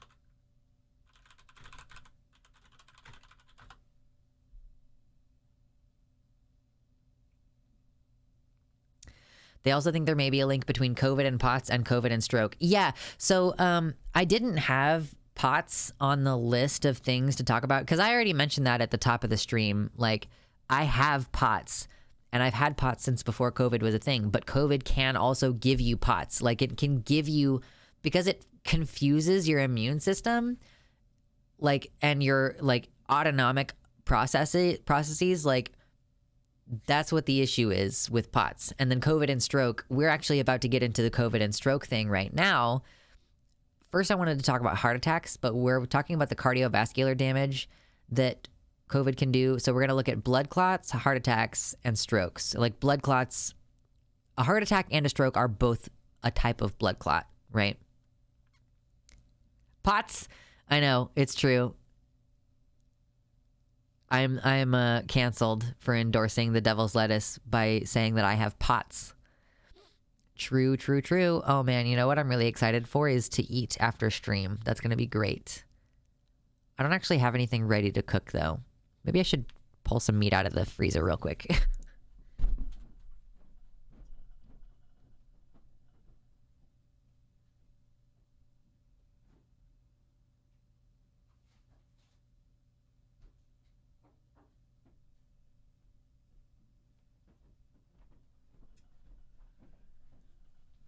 When in doubt, eat spaghetti. I'm gonna burp. Hold on. Yes. Do you need another one? One more?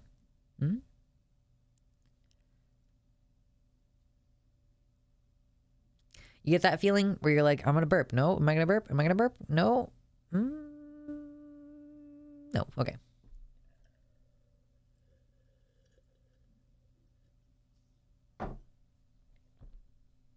Yum, spaghetti is mom's spaghetti.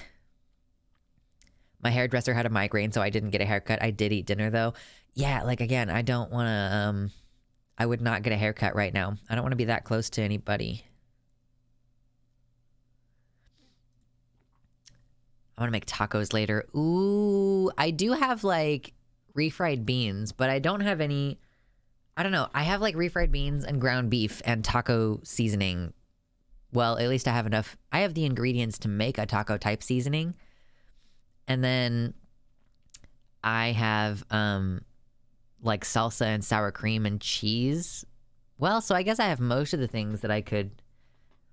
And I have tortillas. I could make like little burritos, but they wouldn't have any tomatoes or lettuce in there. I could just make janky tacos. Oh man, spaghetti's so much easier though. Okay, heart problems after COVID-19 according to Johns Hopkins. For people who have COVID-19, lingering COVID-19 heart problems can complicate the recovery. So there are common symptoms in long haulers such as palpitations, dizziness, chest pain, and shortness of breath, which may be due to heart problems or just having been ill with COVID-19. So can COVID-19 damage the heart? Yes, although COVID-19 is primarily a respiratory or lung disease, the heart can also suffer. Temporary or lasting damage to heart tissue can be due to several factors, such as lack of oxygen. The virus causes inflammation and fluid to fill up in the air sacs in the lungs, such that less oxygen can reach the bloodstream. The heart has to work harder to pump blood through the body, which can be dangerous in people with pre-existing heart disease. Myocarditis, inflammation of the heart. The coronavirus may infect and damage the heart's muscle tissue directly, as is possible with other viral infections, including some strains of the flu. The heart also may become damaged and inflamed indirectly by the body's own immune response. Coronavirus infection also affects the inner surfaces of veins and arteries, which can cause blood vessel inflammation, damage to very small vessels and blood clots, all of which can compromise blood flow to the heart or other parts of the body. Quote, severe COVID-19 is a disease that affects endothelial cells, which form the lining of the blood vessels. So this is almost kind of like something that I can see why this causes POTS, because POTS ultimately is an issue where your blood vessels and your heart are not coordinating correctly. So if your blood vessels physically can't constrict and dilate correctly, as opposed to simply not receiving the correct signals to dilate and constrict correctly, that would end up causing the same symptoms. Stress cardiomyopathy. Viral infections can cause cardiomyopathy, a heart muscle disorder that affects the heart's ability to pump blood effectively. When attacked by a virus, the body undergoes stress and releases a surge of chemicals called catecholamines, which can stun the heart. So, heart rate and COVID-19. Let's see, shortness of breath, chest pain. Can COVID-19 symptoms mimic a heart attack? Yes, COVID-19 can have symptoms similar to those of a heart attack, including chest pain, shortness of breath, and changes on the EKG. But often when these patients are given an angiogram, there is no evidence of a major blockers in the heart's blood vessels, which would indicate a heart attack in progress. Is a heart attack more likely after COVID-19? Post, who has been interviewed in this thing, says that heart attack has several different forms. A type 1 heart attack caused by a blood clot blocking one of the heart's arteries is rare during or after COVID-19 infection. Type 2 heart attacks are more common. This heart attack can be caused by increased stress on the heart, such as fast heartbeat, low blood oxygen levels, or anemia, because the heart muscle isn't getting enough oxygen delivered in the blood in order to do this extra work. We've seen this in people with acute coronavirus disease, but it's less common in those who have survived the illness. Blood tests have shown that during COVID-19, some people have elevated levels of a substance called troponin in their blood, along with EKG changes and chest pain. These elevated troponin levels are a sign of damaged heart tissue. Sometimes this is from a heart attack, and it's less commonly seen after COVID-19. Is heart damage caused by COVID-19 permanent?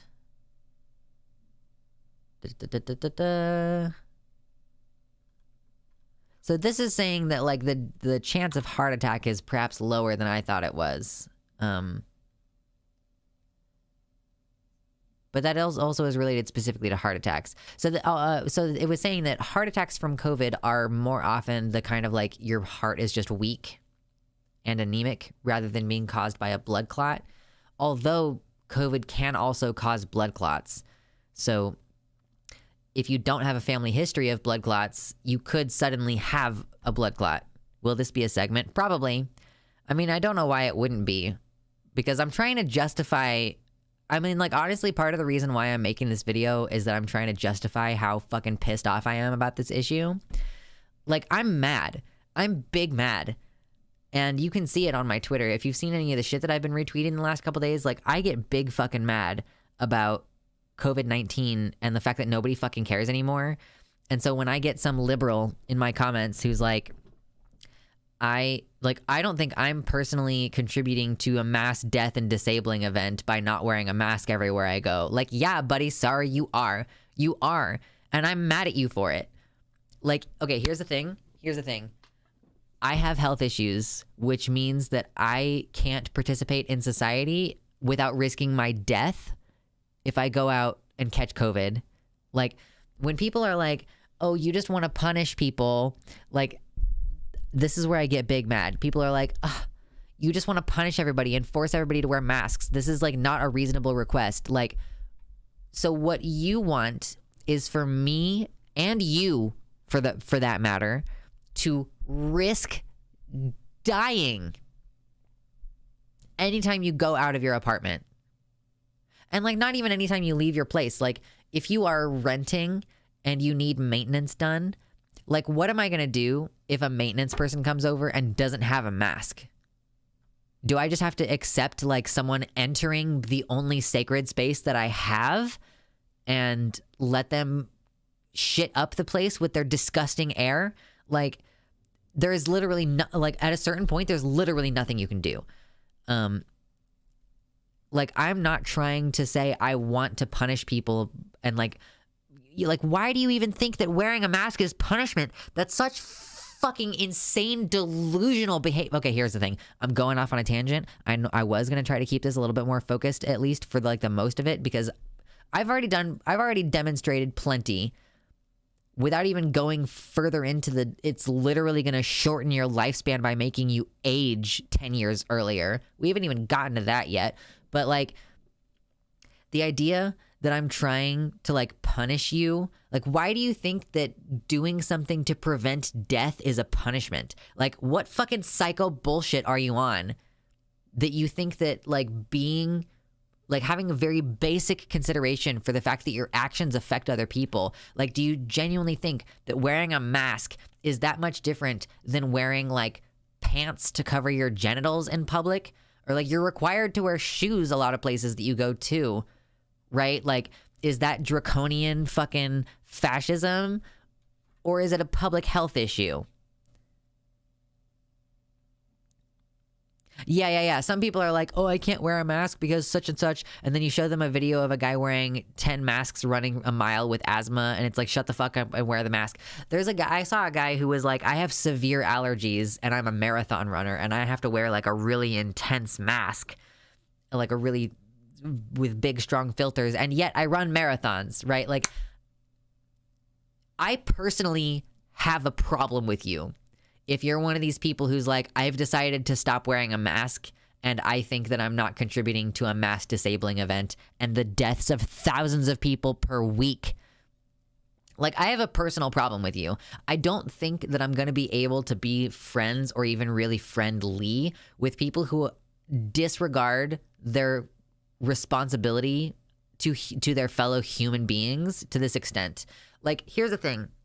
I understand that we have this like idea in America that we attribute too much responsibility to the individual. Oh, it's so individualistic.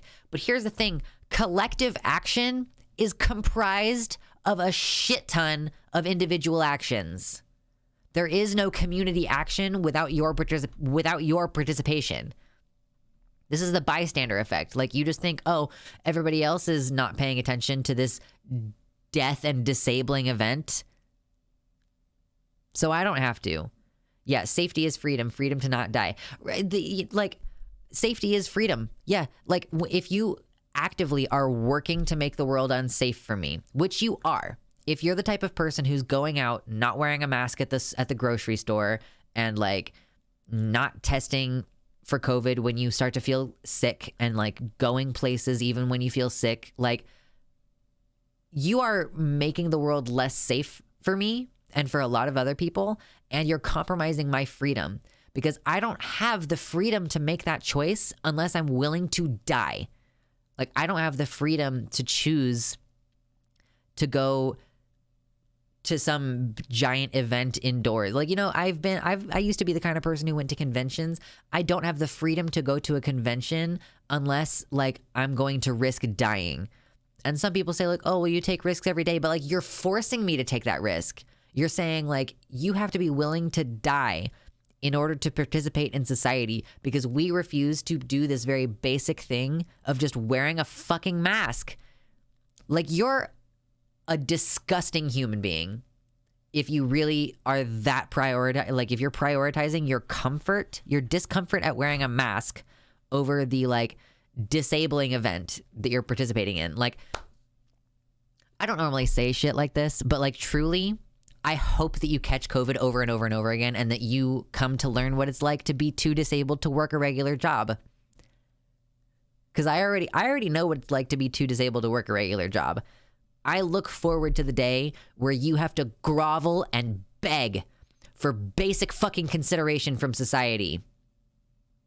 Because you wouldn't show that basic consideration to other people. I look forward to the day that your ass is unable to get out of bed because you're too fucked up from like permanent chronic fatigue from multiply catching COVID over and over again. Listen, if you have a job where you're required to work with the public, I know that that shit's hard, but you should be wearing a mask.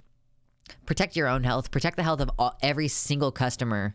You know, like, I'm not saying like, oh, I think that you're a piece of shit if you have to work this type of job that requires you to go in. You should be wearing a mask. And like, peer pressure should not affect you. Why do people allow peer pressure to affect them? Although I will say, like, yeah, there is a distinct possibility that people will just violently cough on you because you're wearing a mask or like demand to know why you're wearing one. Like, tell them that you don't want to die gasping. Like, that's why I'm still wearing a mask, because I don't want to die gasping in a hospital. When COVID first started, I spent like 6 months in my apartment without going out at all because the sensation of masks touching my neck was making me gag. So I stayed home until I found one I could wear without having this problem. Luckily, I found a bunch of masks that I can wear without issue. Right. I mean, frankly, if wearing a mask is that big of an inconvenience to you, how about you stay home, you fucking piece of shit? How about I don't care how much of an inconvenience it is to you to wear a mask? I'm tired of being asked to put my entire life on like my ability to live my life is just like not important.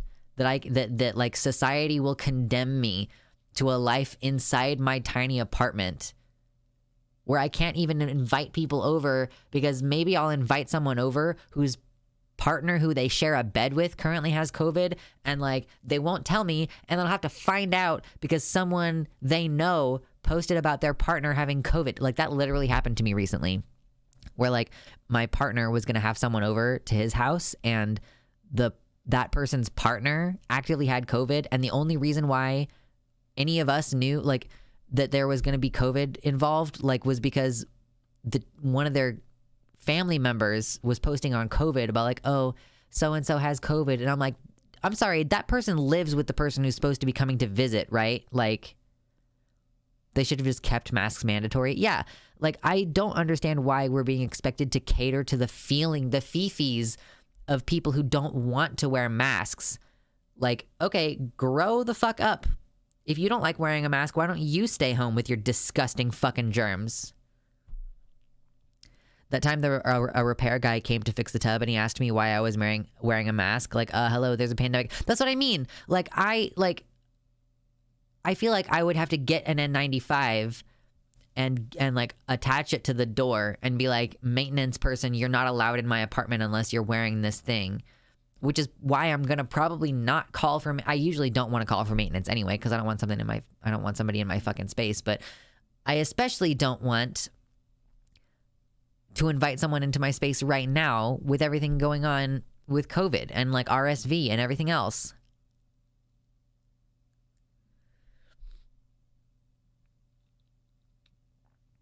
So something I've been thinking about is that while these people are stupid and should obviously wear a mask and take all other precautions, and everything you said is 100% correct, I do think that there needs to be more than an individualistic perspective on this issue.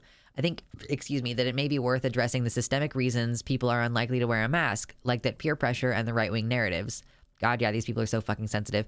So yeah, like, I mean, yeah, I will maintain that there is no such thing as collective action unless we get a lot of individuals on board. Like, collective action is comprised of a lot of individual action. And like, yeah, there is an issue of not having enough information probably. And like the manufactured consent aspect and like all of the news and like even President Biden saying like, oh, I don't really think about the pandemic anymore. You know, thousands of people dying per week are apparently not worth thinking about.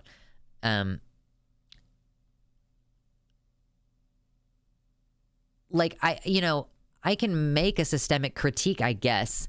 I can point out that, yeah, we've had some issues with this, but like, I am just some fucker. I'm just some fuck, okay? And I, through just being active on Twitter on a daily-ish basis and like interacting with some disability activists on Twitter, I have kept up to date with shit happening with regards to like new information coming out about how COVID is dangerous and scary and can fuck your body up pretty majorly. It's like I haven't even had to go out of my way to get that info. I haven't. This is the first day that I'm going out of my way and like typing into Google search heart attacks related to COVID. All the other info that I've gotten about this has just been served up to me through my interactions on Twitter. So like, I don't really have a load of sympathy for people who are just like, shrug, the news isn't talking about it anymore, so I guess I don't have to care about it anymore. I just don't understand how people can legitimately think, oh, this thing is just over now. I guess this thing is fine. This thing that was debilitatingly, like, absolutely killing people and making them suffocate to death 3 years ago has suddenly stopped making people suffocate to death now. When you died directly from COVID, that's like how you die, by the way. If COVID is listed as a primary cause of death, it's probably because it made your lungs fill up with fluid and you couldn't breathe and you slowly suffocated to death. When you saw people testing for like low oxygen levels, that's because you will just suffocate to death on the cellular level.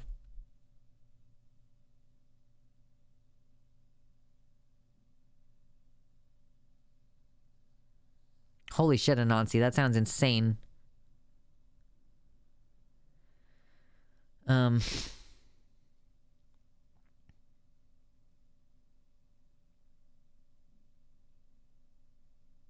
Right, and some of us have roommates who are just continuing to do dangerous things, and like when your roommate starts coughing, it's like, get fucking tested, dude. Like, holy shit. Why are you... Like, when I go out, 99% of people aren't masking. I think we should be masking, but I can't call that many people disgusting or hate them. I can. The cup of my hatred overfloweth. Because I see every single individual one of those people as like an irresponsible danger to my health. Like, you could kill me. And here's the thing. I don't really respect the peer pressure angle either. And that might just be because I'm autistic and we don't really approach peer pressure in the same way. Like, I don't respect you if you think people look at you funny when you're wearing a mask and that's why you stopped wearing one. I could see maybe if you got assaulted without wearing a mask and then feeling like weird about it, that would be one thing. But if you just feel like, oh, it seems like people are looking at me funny, like, grow up. Grow up. I'm a fucking tranny. Like, you just get fucking used to it. Get used to people staring at you. Are you fucking kidding me? Like, you fucking baby. I have really strong feelings about this, and I'm not going to stop having really strong feelings about this because I was like, oh, you know what? I might be over-exaggerating, but then every single thing that I found when researching this with you here is like, nope, confirmed. COVID does cause heart attacks. Nope, confirmed. COVID does cause brain damage. I sat next to a girl in a tutorial who confessed she had COVID 5 days prior. It's a miracle I didn't catch it from her.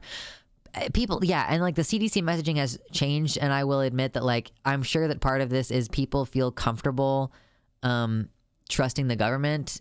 Yeah, COVID causes brain damage. Maybe that explains all the anti-maskers. It's just gonna get worse. If you're a person who's frustrated with dealing with stupid fucking people, that problem is just gonna get exponentially worse for the rest of your life, because all the stupid people are gonna continually reinfect each other with COVID, and the brain damage is gonna stack up. Meanwhile, you're sitting in your nice hermetically sealed house that you rent, and you're just gonna be like, all right, everybody's getting stupider around me for the rest of forever. This is fine. Anyway,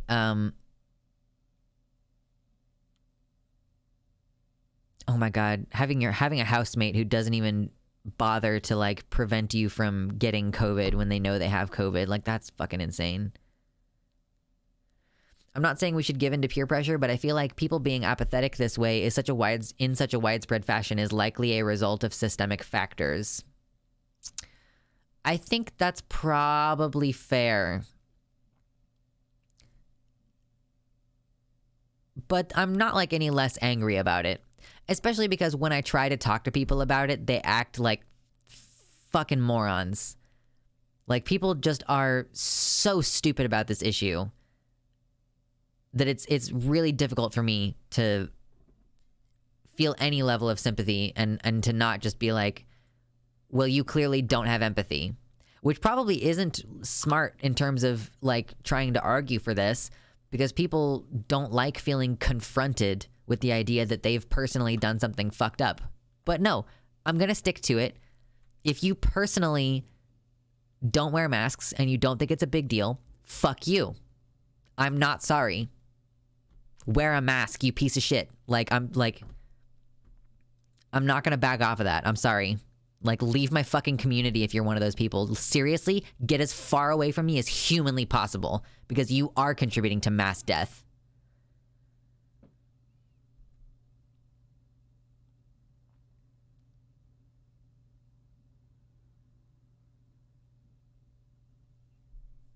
I can't stand things on my face for sensory reasons, but like, I fucking deal with it. It's not like pleasant to wear a mask, but it's also not pleasant to wear a bra. And we've also culturally decided that it's a good idea and maybe even socially required in some situations to wear a bra. Why can you dictate that someone with big titties needs to wear a bra, but we can't dictate that you need to cover your fucking mouth breathing with a mask? Anyway, cardiovascular issues. We looked at heart attacks. And that same thing already said that blood clots were part of it, so we'll skip blood clots, but we'll say strokes related to COVID-19.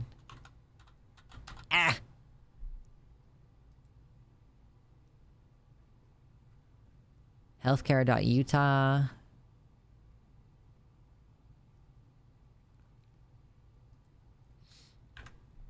So there seems to be indications that another surprising finding from several studies is the heightened risk of stroke and heart attack, and not just for older adults. People under the age of 50 appear to be at much higher risk of these complications too.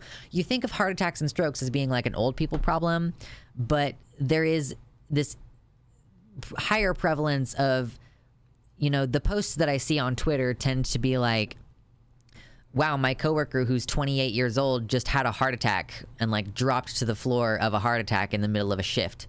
And when you are 28, like I am, you see that and go, oh shit.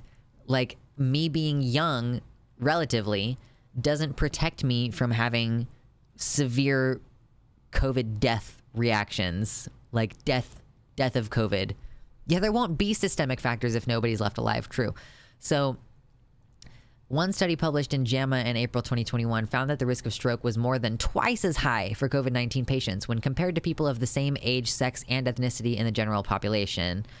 In a Swedish study published in 2021, researchers found that within a week of COVID-19 diagnosis, a person's risk of heart attack was 3 to 8 times higher than normal, and their risk of stroke was 3 to 6 times higher.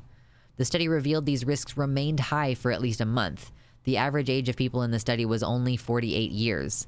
The data from those diagnosed was compared with a larger group of Swedish people in a similar age range who did not have the virus. We're seeing a huge increase in younger stroke survivors who are post-COVID diagnosis. We know that vascular complications go along with COVID infections, which can lead to strokes and other cardiovascular issues. They found that the number of patients admitted to the hospital with a large vessel stroke who also had a COVID-19 diagnosis was 7 times higher than normal. The median age for patients who required thrombectomy surgery to remove a blood clot was down across the board in some other countries. In one New York medical center, the average age of patients with confirmed stroke and COVID-19 diagnosis was 63 years. The average age of stroke patients who tested negative for COVID was much higher, 70 years.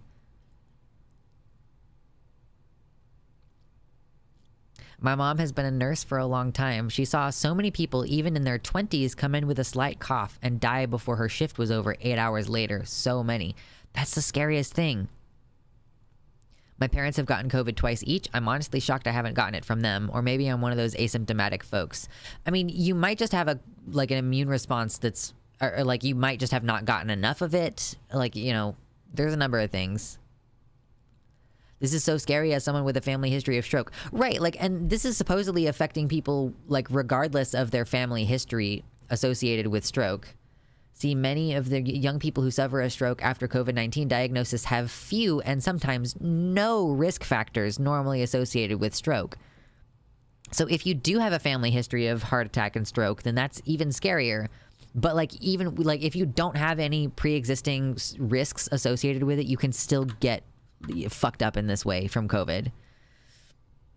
So what's the next thing I want to look up?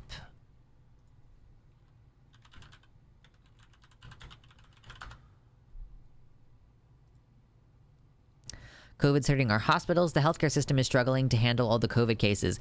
Right. And like one of the fundamental problems with COVID is that there are still a large number of hospitalizations. And those hospitalizations mean that other types of cases can't, like if you already have, let's just say you have a really small town hospital where you only have 50 beds total. Like, and let's say that there's 45 people in your hospital with COVID. And then suddenly there's a car accident where there's like 7 people who get hurt. Like there's 3 cars involved and 7 people total have to be admitted to the hospital. There's a massive pileup or something. Well, you only have 5 beds. So now there's 2 people in critical care potentially in an emergency situation you don't have a bed for. Like this is one of the big problems about COVID is that it's overwhelming our medical system. People are overworked. They're quitting their jobs. There isn't enough equipment. There aren't enough beds. Like what do you do if you have a pulmonary embolism, but like the hospital emergency room near you is full and you need to get flown out to a hospital an hour away? Like,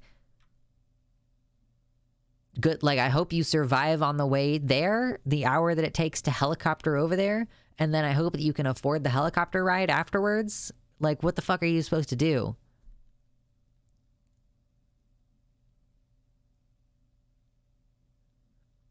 Yeah, if someone says that they have allergies, you need to tell them that they should test anyway.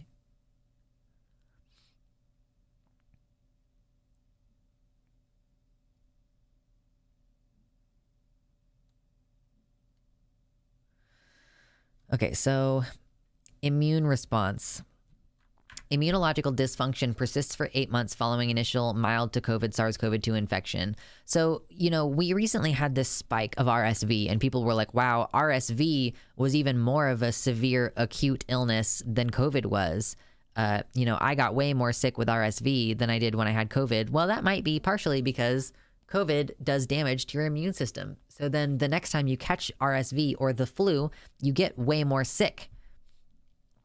So we had some kind of long COVID syndrome lasting longer than 12 weeks. Here we're studying individuals with long COVID compared to recovered individuals without long COVID, looking at a broad spectrum of clinical severity from asymptomatic to fatal cases. Oh my God, excuse me.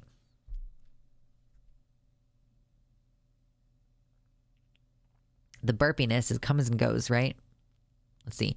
Here we analyzed a cohort of individuals followed systematically for 8 months after COVID-19 infection according to a predefined schedule, comparing them to healthy donors unexposed to SARS-CoV-2 before December 2019, and individuals who had been infected with prevalent human coronaviruses, but not SARS-CoV-2. For the majority of participants, their first visit occurred between 2 and 3 months after infection.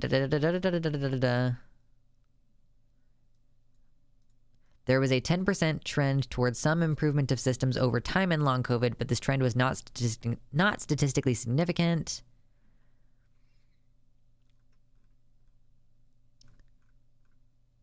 Oh my God, this is getting like this is like slightly above. This is like something that's meant for someone who is a science person to look at, as opposed to like someone who's a science communicator has typed this up.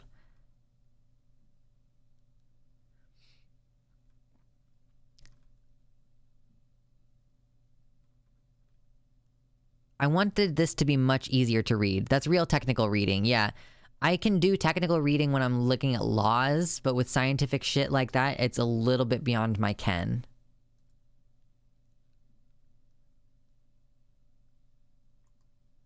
That's the one about brain damage. I'm terrified to go camping now because so many people camp when sick. That seems like it would be a dumb time to go camping. What the fuck? I would love to go camping though.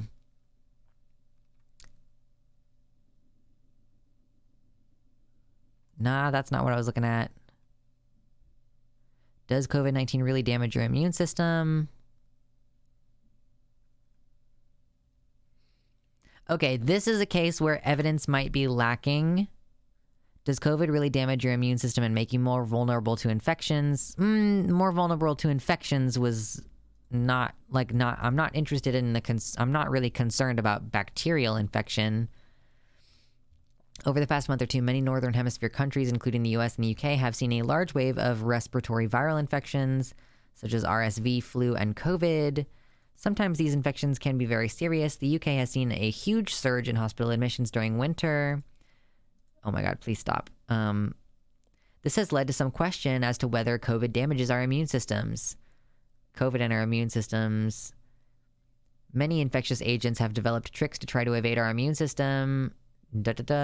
SARS-CoV-2 similarly has tricks up its sleeve. Like many other viruses, it's been shown to evade host immunity, particularly the newer variants. Recent studies showed it can interfere with immune cells' ability to detect it within cells, which is concerning, but it's not clear that such changes impact immunity to other infections. Short-lived changes in a person's immune defenses are normal when they've been exposed to an infection. Some exceptions.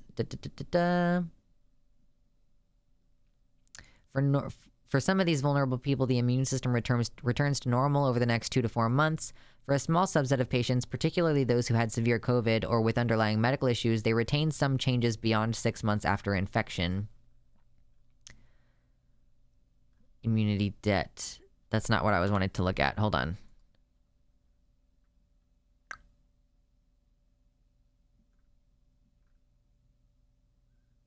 Oh, that's irritating, Morningstar system. I'm sorry to hear about that. Let's see. COVID T cell damage.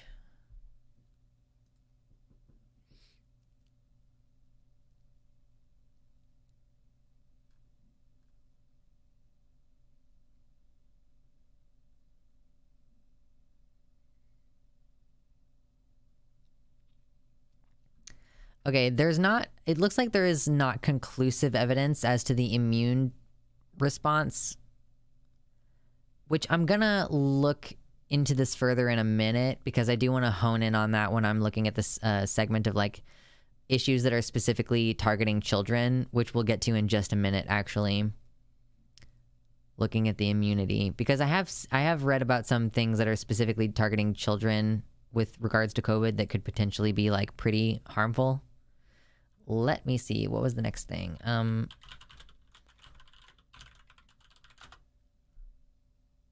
No headaches. No headaches allowed.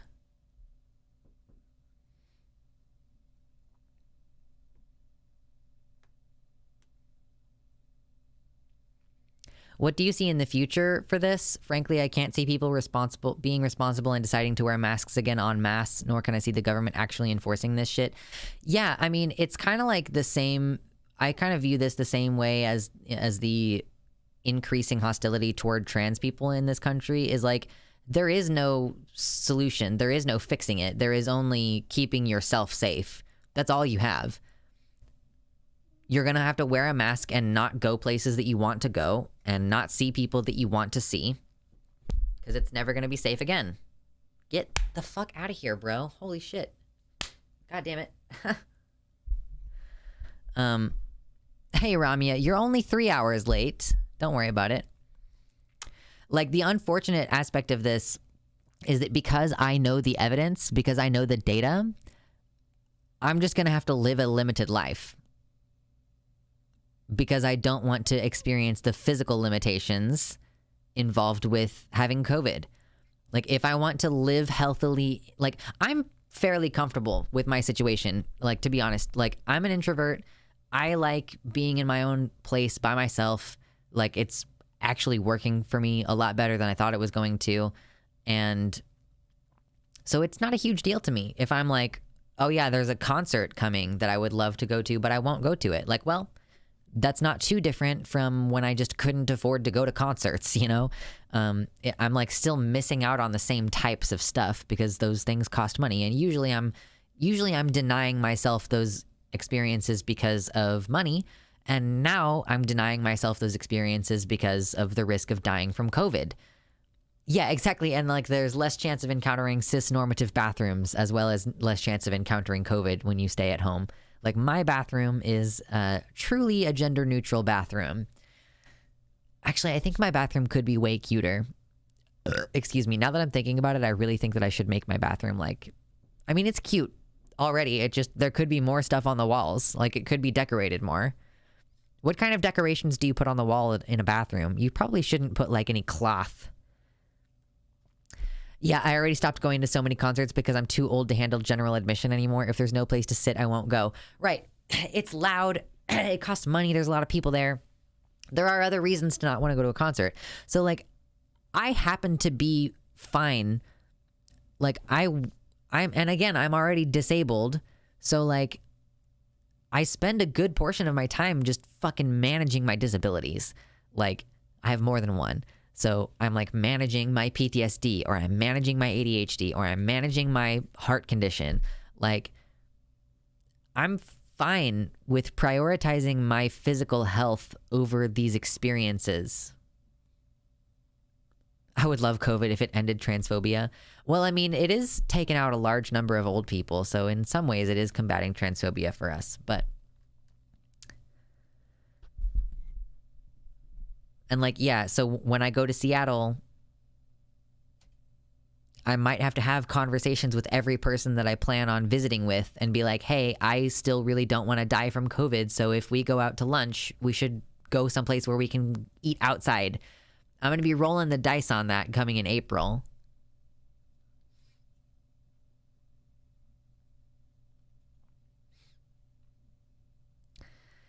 Anyway, so one of the other things that I wanted to look at was telomere damage.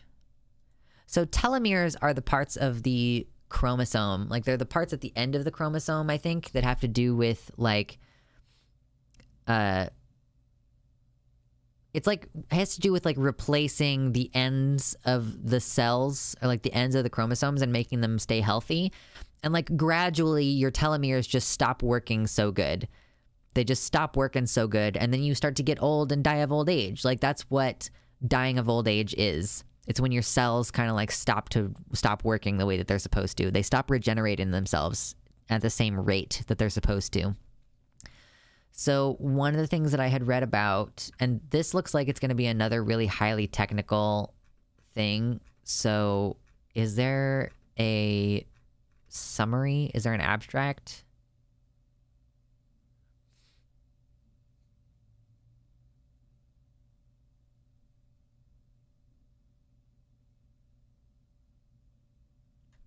Okay, yeah, so this is fascinating and probably one of the, like, scarier longer-term effects of getting COVID. So we're talking about COVID-19. This condition has led to the death of 2.15% of the total infected world population.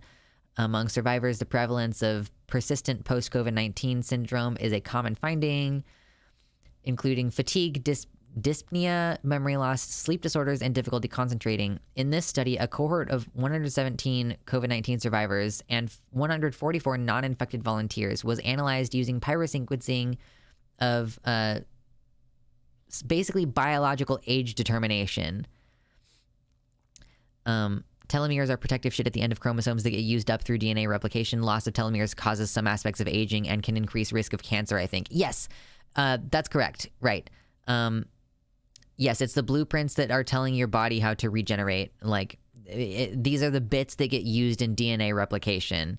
So, and like, it's basically how you can look at the telomere degeneration to determine roughly what the biological age of that person is supposed to be. Kind of like looking at the rings in a tree, where you can like see, okay, this tree is this age based on the rings in it. You can like look at the telomeres to sort of determine the rough biological age of a human being. So the results are showing a consistent biological age increase in post-COVID-19 population, which is determining an acceleration of something like 10 to 7, or like, 7 years, or perhaps up to 10 years, almost 11 years, compared with 3 years on this side, 8 years on this side for the COVID-19 free population. A significant telomere shortening parallels this finding in the post-COVID-19 cohort when compared with COVID-19 free subjects. In light of these observations, we hypothesize that some epigenetic alterations are associated with the post-COVID-19 condition, particularly in younger patients under 60 years of age. So the problem with that is that, if most of the people in your family, they die of old age at like age 80. If you catch COVID a couple times, you might just die of old age at age 70. Like, so if normally you might have been able to keep working up to age 68 and then retire and live 12 years up to age 80 on your retirement, well, you are now going to stop being able to function at age like 55 or 58, and then you'll die at age 70.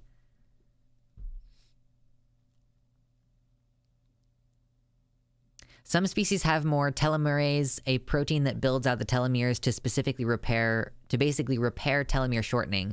Lobsters basically do not suffer DNA aging degradation. They only die because they grow too large to have the energy to remolt. Right, yeah, lobsters die. They don't have the energy to molt, and so there's like toxins that build up inside their shells that normally would be able to cycle out during their molting process. So they just die because the toxic chemicals in their body build up too much. Time to give energy drinks to lobsters. I'm sure that the plus minus symbol it means most of the range is between 3 and 17 years. You have to add and subtract the second number from the first number. Okay. Is peeing a lot part of long COVID? I don't think so. I think peeing a lot is usually more associated with spironolactone use. Trans jokes. Trans jokes. Yeah, so Vicky in the YouTube chat points out cells also slightly damage their DNA when dividing, so they become more damaged when you age and become more... it's easier for the cells to become cancerous and more unavailable to replace. Jordan Peterson has entered the chat. Yeah. So basically, COVID-19 could just cause you to age sooner. So yeah, I mean, if you were looking forward to 90 years of being able to like enjoy your grandkids and great grandkids, like you might get fucked on a little bit. You might get fucked on. Now I wanted to look at some issues that's specifically affecting children. So we have 3 things in this subcategory, and one of the last ones, like the last thing, the thing that I'm going to end on is going to be kind of upsetting. Like I'll warn you again when we actually get there. Try forming hierarchies when your shell is full of toxins, dumbass. True. Peeing a lot is a sign of having a running water tank. Yeah, peeing is a sign of having an aquarium. I'm not a trans woman, but I did drink coffee today. Coffee is also a diuretic. Let me see. Oh, sometimes something happens right before stream. Or I mean, it wasn't right before stream, but like something happened earlier today that I got really upset about. And then like now I'm in stream and I'm like, oh, you know what? I was putting off dealing with that so that I could be in the right mindset for stream. And then after stream, I'm probably going to have to deal with that. Yay! Anyway, what was I looking for?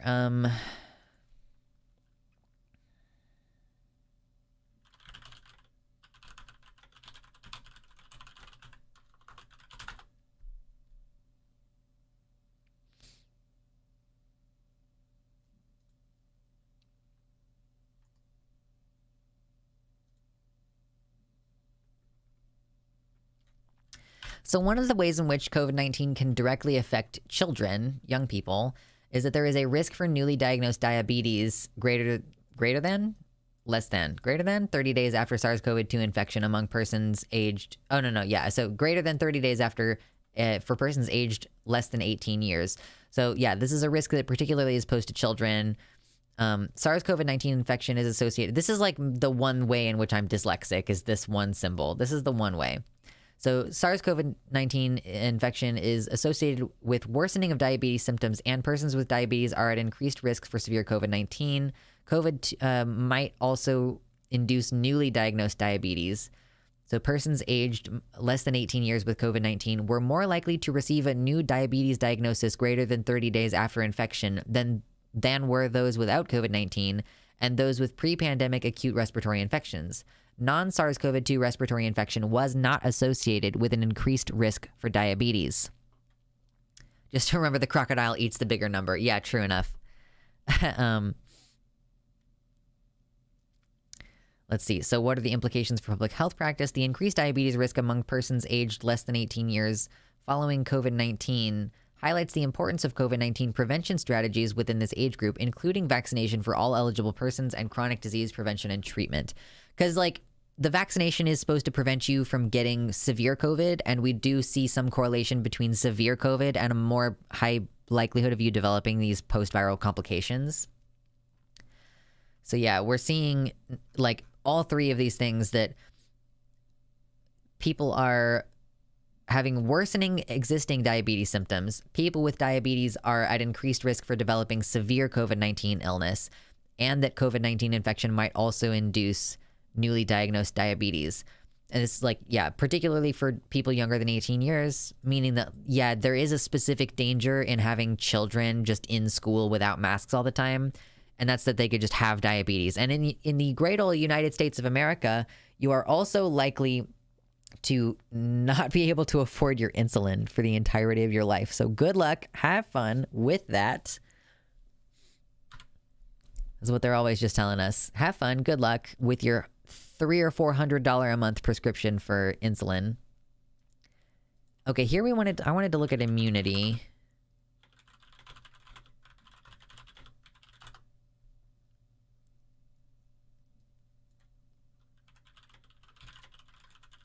Ah!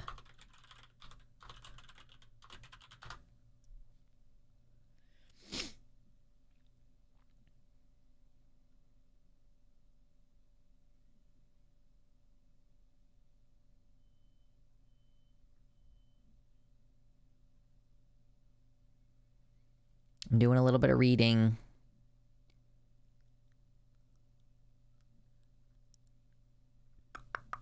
CNN? Maybe.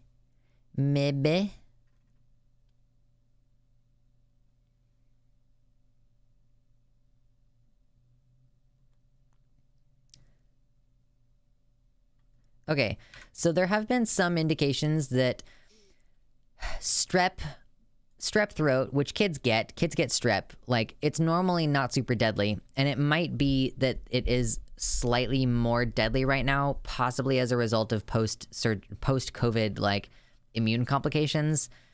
It's unclear exactly if there is I would have to see what the difference in numbers are between, like, usually when you get strep, what's the percentage chance that you'll die versus, like, what is there an increase right now?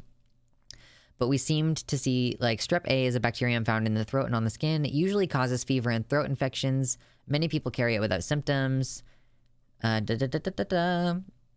pain when swallowing, fever, skin rashes, and swollen tonsils and glands. With infection common in crowded settings such as schools and daycare centers, infection tends to be fairly harmless, but in very rare circumstances when the bacterium produces a toxin, it can gain access to the bloodstream and cause really serious illness, such as sepsis, heart inflammation, and toxic shock with organ failure. So we have seen, let's see. We're seeing a higher number of cases of Group A strep this year than usual. The increase in this version of strep this year has been particularly observed in children under 10. 5 children died in England, 1 death reported in Wales. Data shows that there were 2.3 cases per 100,000 children aged 1 to 4 between mid-September and mid-November, compared with the average of 0.05 in the pre-pandemic seasons from 2017 to 2019. So we are seeing like quadruple the number of strep cases. For children aged 5 to 9, there were 1.1 cases per 100,000 compared with the pre-pandemic average of 0.3. So again, that's like quadrupling. The last period of high infections was between 2017 and 2018, with 4 children under 10 dying in the equivalent period. Doesn't believe there's a new strain circulating. There's an increase of infection, perhaps. So for this one, I guess it's a little bit less super clear, but we are seeing a little bit of an increase in strep infections, like certainly a 4 times increase in the number of infections coming into the hospitals. Definitely an increase in the UK. Yeah, for sure.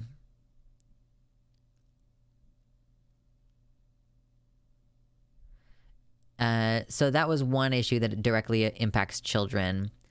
And then, so I guess this is kind of the last thing, and then I'll get off my fucking COVID soapbox.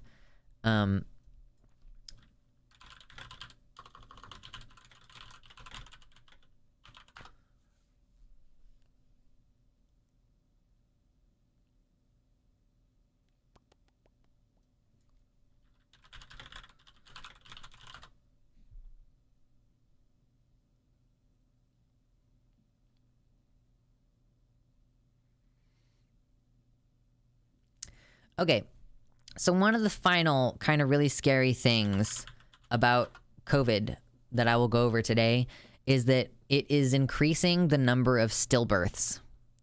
So keep in mind that we live in a country that has just removed your federal right to an abortion. So if you live in a state like Texas, and you have a stillbirth, like you have you're in your 2nd or 3rd trimester and your pregnancy suddenly fails, it could be impossible for you to get the medical care that you need in the state that you're in. You could get sepsis and die from a stillbirth. And it's rich in a country, and again, in Republican places like Texas, where they particularly don't seem to give a shit about the idea of COVID spreading wildly, that COVID increases your risk for a stillbirth. Because COVID-19 does cardiovascular damage. Do you know what the placenta is made out of? It's a whole lot of vascular tissue. So I'm not going to show any pictures on screen.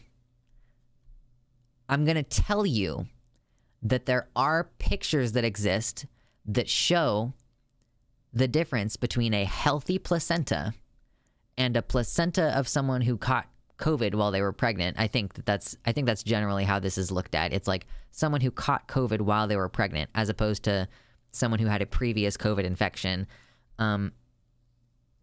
You see the damage done to the placenta and you're like, oh, no wonder that baby didn't live. Like, it's pretty wild. So we're COVID. Let's see. It's not what I wanted. From WebMD, coronavirus may cause extensive damage to placenta. Women becoming infected with COVID-19 during pregnancy face higher risks of stillbirth and the death of a child within 28 days of birth. This new study is showing how, unlike many disease-causing pathogens that kill the fetus by infecting it directly, coronavirus causes, quote, widespread and severe destruction of the placenta that deprives the fetus of oxygen. We've concluded this after examining 64 stillbirths and 4 neonatal deaths in which the placenta was infected with the virus. They found that such damage occurs in a small percentage of women with COVID-19 and that all women affected had not been vaccinated against the disease.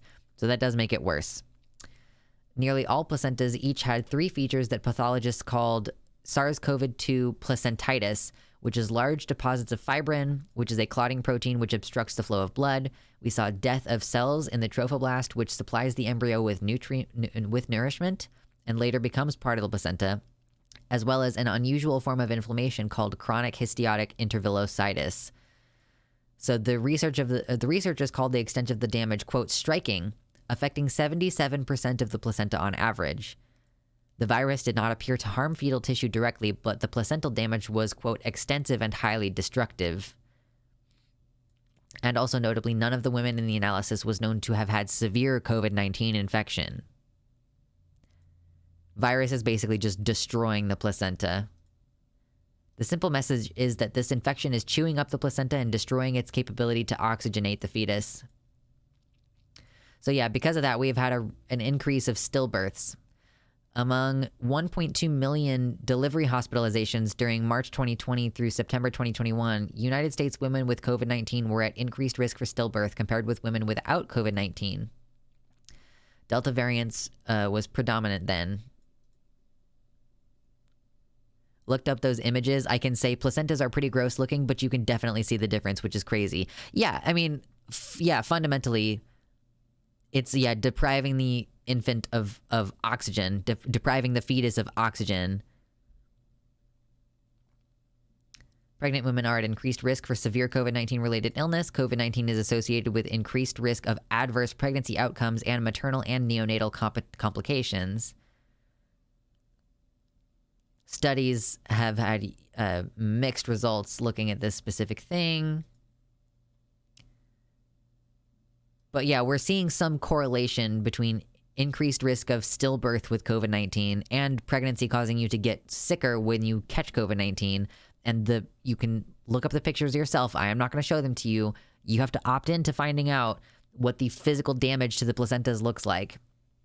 But so those are just the things that I thought of when I was preparing my notes before stream today, when I was like, okay, I've heard that COVID does this. I've heard that COVID does this. I've heard that COVID does this. And I was not right on every single one. Like some of them are saying, oh, we're not totally sure if this is true yet. We're not totally sure if this is going to be, like, we've seen some correlation, but we don't know if there's causation yet on some of these things. Okay.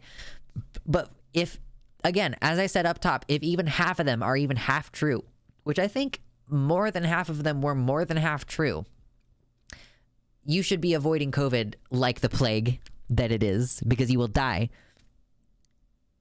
I just found an article that COVID messes up the immune system of the placenta too. Yeah, I wasn't going into that in particular, but I did see when I was Googling this placenta stuff that, yeah, like placenta immune response gets harmed, which I guess would affect the later baby's immune system. We should stop using the phrase avoid it like the plague, because it turns out people do not do that. Yeah. I mean, it turns out people do not actually avoid the plague like anything. Like what else could we put in that place? This can be the one amusing thing that we do during this entire stupid COVID segment. I'd be wearing a mask even around family and my partner. I now have sex wearing a mask. I feel like if I was engaging with a person sexually, I would just be like, okay, we should like both take a COVID test before we get down bad here.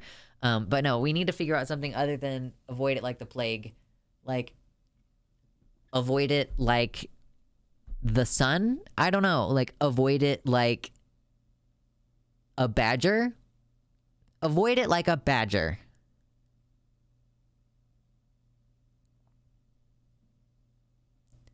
It's bad for pregnant women, but if you're not a woman, COVID makes the baby stronger. True. But yeah, I wouldn't. Yeah, I mean, if you're gonna, I would say don't hook up with randos. Like, but if you're gonna hook up with randos, I would say it's probably good enough for you to do a COVID test beforehand. Although I don't know, man. Like the thing about that is, if you test for COVID and you test negative, and then you go out, if it turns out that you did have COVID, like all we're doing there is creating an evolutionary pressure for types of COVID that don't show up on the test to be the types of COVID that are spreading. Hey, if we're going with the majority of the public, avoid it like a mask. True. Yeah, avoid it like people avoid wearing masks. I fucking hate this country. So I'm just going to be mad about this forever. I think is what's going to happen. I think what's going to happen is that I'm going to be angry about this for the rest of my life. Because it's never going to go away. Spider-Man pointing meme. Avoid it like a skunk. Fair enough. It's insane to me that people I knew refused to get vaccinated because of infertility rumors when COVID can do this. I mean, what's crazy is that because what a vaccine is like, it's just some of the virus, but it's dead or weakened, and then it's in some preservative goop. So anything that the vaccine could do to you, the virus could do to you 10 times worse.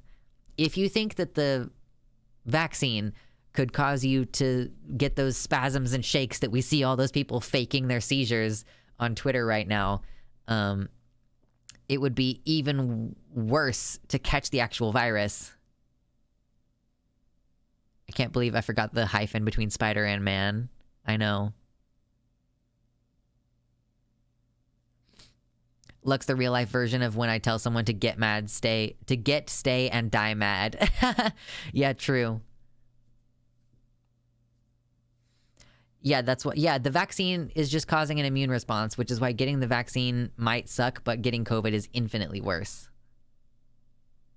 I got actual spasms and still got all my boosters. Did you actually get spasms from the COVID vaccine? That's interesting. Oh, I'm out of water. I'm also almost done with stream though, I guess. We should probably chill and talk for a little while rather than me just logging off immediately after a really hardcore, upsetting segment. Yay.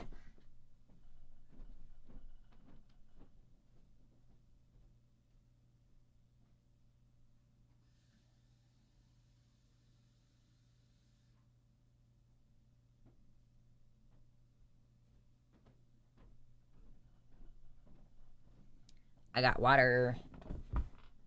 You can get long COVID from the vaccine? I don't think so.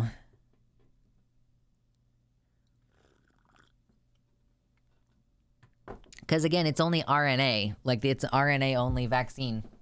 Like, yeah, I was mistaken when I was pointing out, like, it doesn't actually have the virus in it. It has certain proteins from the virus.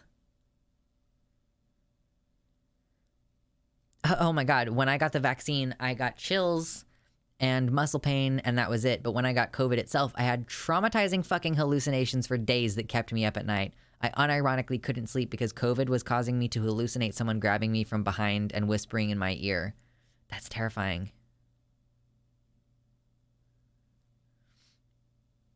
Stop telling it to log off. You're only making its opinions better.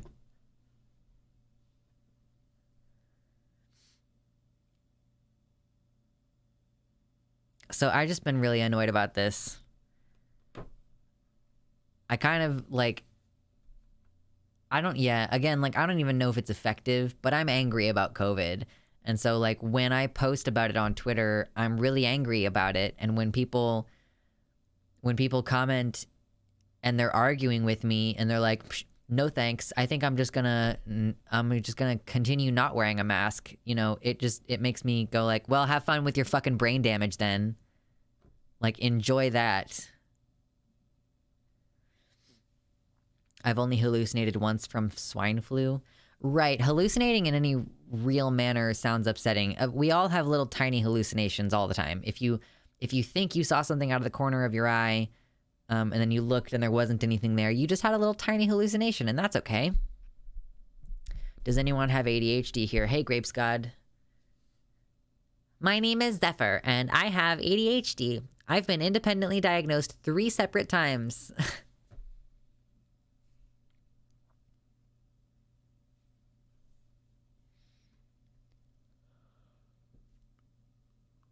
Oh my God. So many people here have ADHD, Grapes God. Or perhaps the ghost hid when you looked. That's also a possibility, Gremlin Lord. That's a good point. Autistic plus ADHD plus a bunch of other stuff now. That's because we only really see details from the center of our vision. The corner of our vision is just motion detail and not much else, so our brain fills in the gap.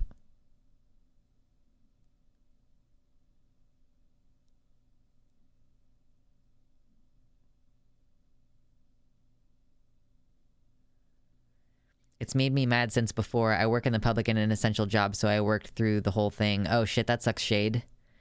I would have flipped the fuck out if I had worked a regular job. Like if I had to work with the public during COVID, like I would have violently assaulted someone, I'm almost positive. I hallucinate a lot, but IDK, what causes it? Yeah, it's hard to say. That sounds hard.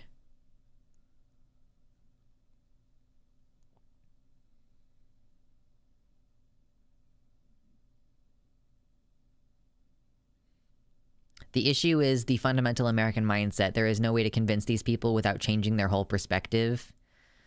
Yeah, I mean, the idea that we have some kind of collective responsibility, like, it's not just about collective action, it's about collective responsibility. And just like collective action is comprised with a lot of individual action, also collective responsibility is comprised of a lot of individual responsibility. There is no such thing as collective responsibility that isn't, it's kind of like our, like the word our, like O-U-R. Like, if I invite someone over to my apartment, but someone else is living there, like I've not technically said anything wrong in saying it's my apartment, because it's my apartment. And it is also my roommate's apartment. It has to be both my apartment and my roommate's apartment in order for it to be our apartment. Do you know what I'm trying to say? Yeah. Grapes God, that was someone in the chat who I was reading off someone in the chat. If you are in the YouTube chat, by the way, and you're on like a desktop computer, you should join the website chat, which is the top link in the description. Excuse me.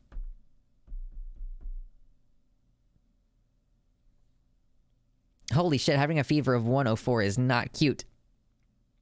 That's not good.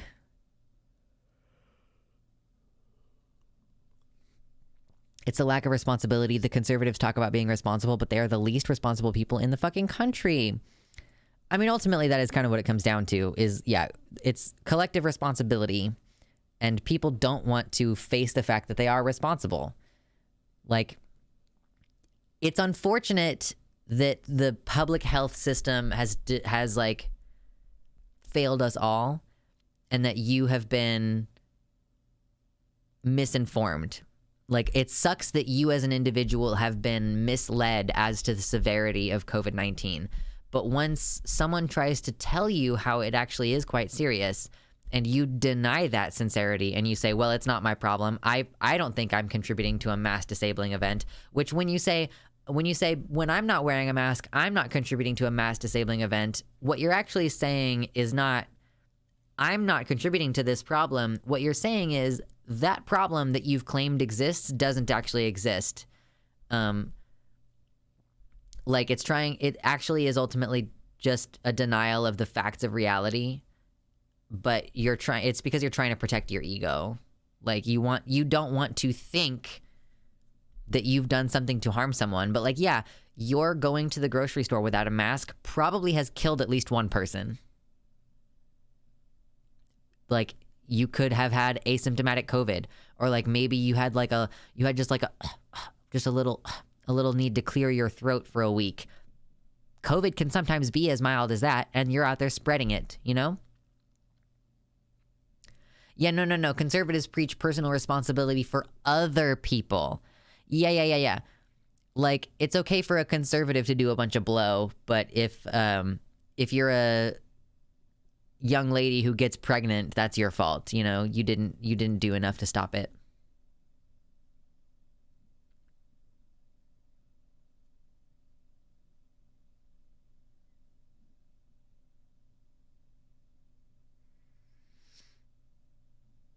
Yeah, that's an interesting explanation, Mephistopheles. I feel like the current economic anxiety is probably the greatest factor leading to both fascism and the anti-vax / anti-mask attitudes. It's the you'll take it from my cold dead hands. But instead of guns, it's just the ability to say no, which they feel is the only way to maintain any semblance of control over their life. It's not an excuse, just an explanation. Yeah, I mean, that's not totally unfair. The idea that it's like people feel like they don't have any control over their lives, and so they feel like, oh, they can exercise this one bit of control in a way that feels anti-establishment. But meanwhile, they'll keep paying their exorbitant taxes and crazy high prices at the grocery store. Like the one little tiny fuck you that they have is their anti-mask policy. But it just sucks that they view that as an anti-establishment move. Like, oh, Fauci out here trying to inject me with 5G, Herber, as opposed to thinking like, oh yeah, no, if I don't wear a mask, I could spread this to someone's grandma and then that grandma could die. Like it's like abstracted for some reason. And it's also this weird thing when you're talking to Republicans and you're trying to talk to them about some real thing.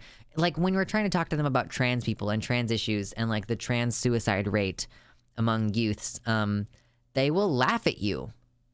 Like they will laugh at your face when you're trying to talk about the real harm.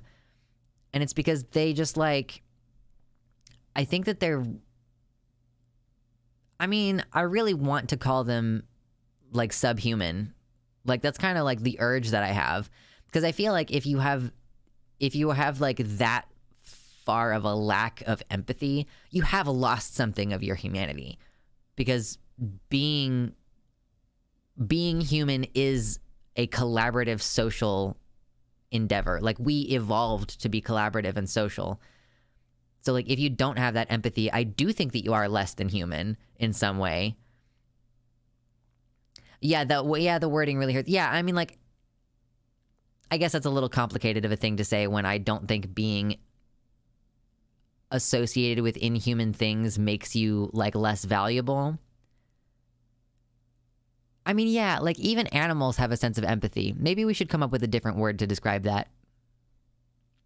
But this, like, it's what I'm trying to come across here is that, like, there's something about empathy that is fundamentally a positive thing, and then if you don't have it, like, you fundamentally are bad. Can it not be human, though? Yeah.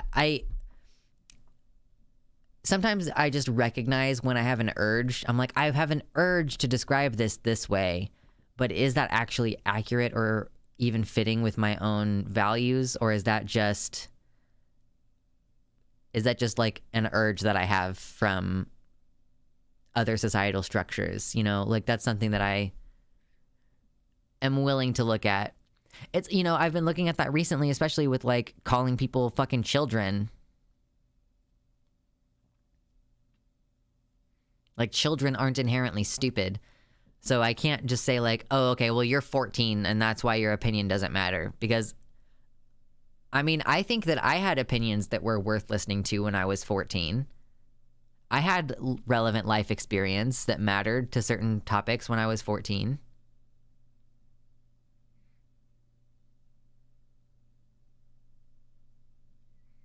Also, empathy as a word and, like, as a concept has kind of been ruined for me as an autistic person. Mephistopheles says, I care about that, or I feel that way about people in power with for-profit healthcare in general. It's such a monstrous system, pure blood money, and the fact that anyone with the power to change it doesn't is crazy to me.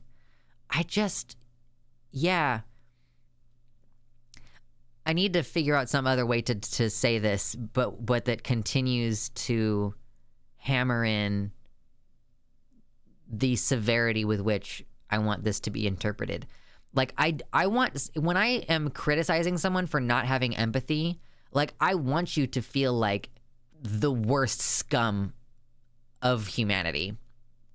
Like, when I have this critique that I use sometimes, or I mean, it'll show up in my head. I'll think this about a person. I'm like, you're not a very pack-oriented person.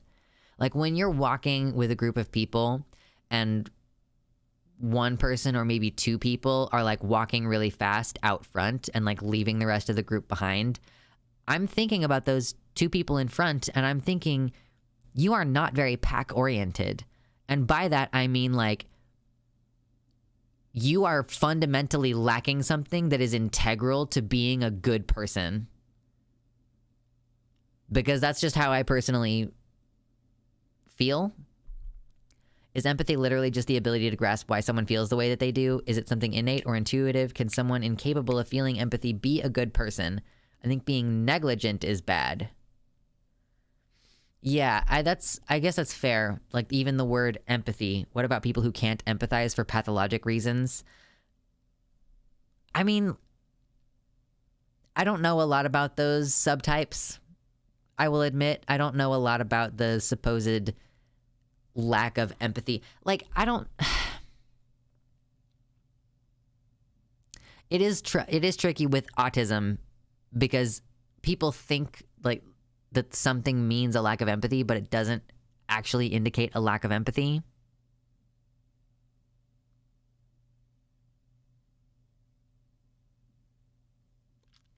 I want to think the best of people, but it's hard. I feel like living in this system is either a choice between feeling the sheer horror of the world around you or having to block off part of your empathy. Many folks keep blocking off more and more until none is left. I just today came across NPD and the lack of empathy. Be careful researching NPD. It's really hard to learn about without also there being a bunch of baggage and stigma around it. It's super hard to learn about. So be careful with that.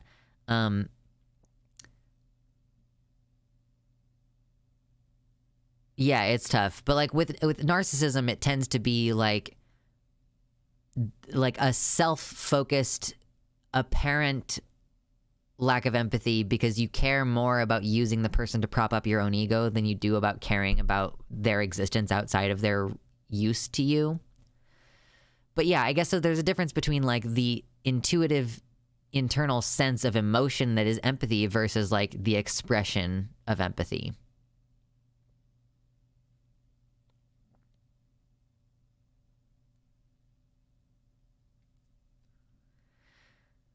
Depending on how you define empathy, I'm a very unempathetic person because I often can't intuitively grasp why people feel the way that they do, but I do try nonetheless. And I feel like I do a very good job at it for what it's worth. Is that what empathy looks like? Maybe. I have no clue.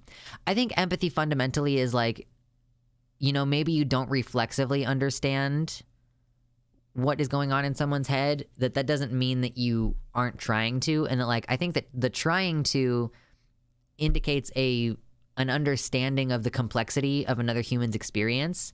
And so that your attempt to understand displays at least an amount of empathy that indicates like, I understand that other people experience their own internal world.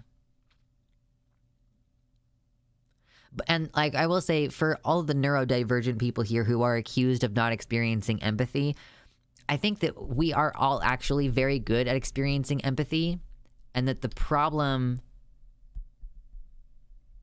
the COVID-19 message keeps popping up in your stream, and that is what is crashing it for me. Interesting. But yeah, like being able to understand that other people have like a whole internal experience and being able to attempt to understand that.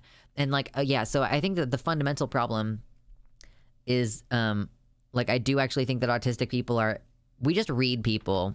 We just can see past the bullshit, and we don't want to play into that bullshit. And so we're accused of being weird and unempathetic, and like, we don't get sucked into emotions the same way. Like, we don't get trapped in these emotional situations. So I do actually think that, it perhaps is an issue where we're being alienated for actually being able to perceive what's truly going on.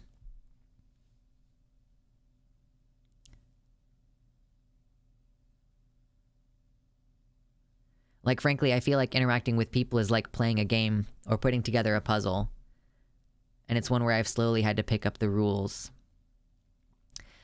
Yeah, I think that problem is a problem of communication and empathy on the parts of allistics. I truly don't think that autistic people are the wrong ones. When autistic people experience difficulties in communication, I don't think it's ever our fault at this point. Like, I don't I don't think that it's our fault ever, is what I've come down on. And here's the reason. Listen, I know people are like, wait, what do you mean? Are you trying to say that you as an autistic person are never responsible for misunderstandings within conversations? Like, well, I live in a world that treats me like I am responsible for every single one of the misunderstandings that I am party to. Whether I was the one communicating or whether I was the one who misunderstood, I am always treated like I am the one who is the problem. So therefore, I am taking the opposite stance that I am the only one who is correct. And other people who misunderstand me and who accuse me of being unclear, I think that you actually are the problem and that it is not me. I don't hardline actually believe that for every single situation. I'm exaggerating. But like, generally speaking, I'm really irritated with the fact that I've been brainwashed into thinking that I am the primary problem in all communication efforts, when really, like, I can very crystal fucking clear see when autistic people do stupid shit that doesn't make any sense.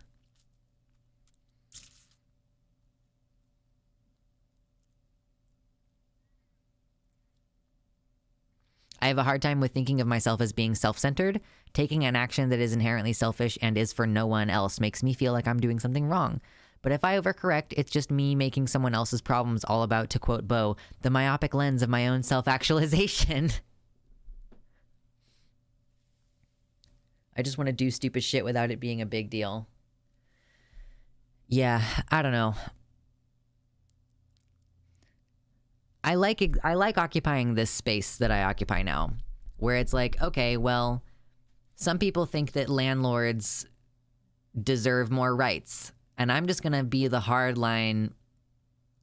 There should be no landlords. And if you are a landlord, or if you aspire to be a landlord, I do personally think that you are a piece of shit. And like a lot of other things where people are like, I'm really going to be Yeah, the right to do what? Exactly. Yeah. Landlord genocide time. No, we just expropriate their property. It's not genocide. Don't worry about it. According to those other people on the panel, expropriating property is not an aspect of genocide, even though it's on the 10 steps of genocide list. Yeah, when I hear parents' rights to what? It's usually parents' rights to beat the hell out of their kids and deny them medical care, but whatever. Yeah, we've talked about that on a stream not too long ago. Parents' rights is a huge red flag. Parents' rights to abuse their children.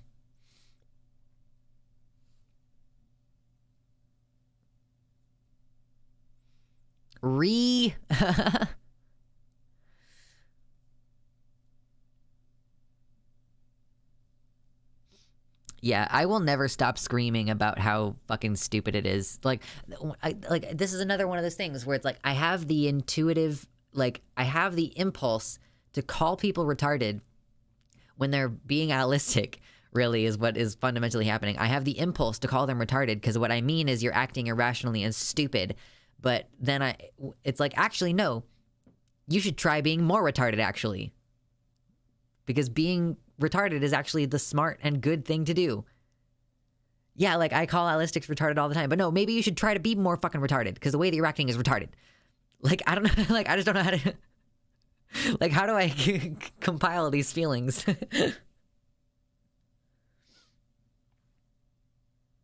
I even regularly have them say that's not what retarded means. That's the opposite, actually. People need to listen to more Black Eyed Peas. Wait, which... Are you referring to the people killing, people dying, children hurt, you hear them crying, people practice what you preached and you turn the other cheek? Mama, help us with this something from above. And you practice what you preach. Oh no, Let's Get It Started as the radio edit. The original song is Let's Get Retarded. Okay.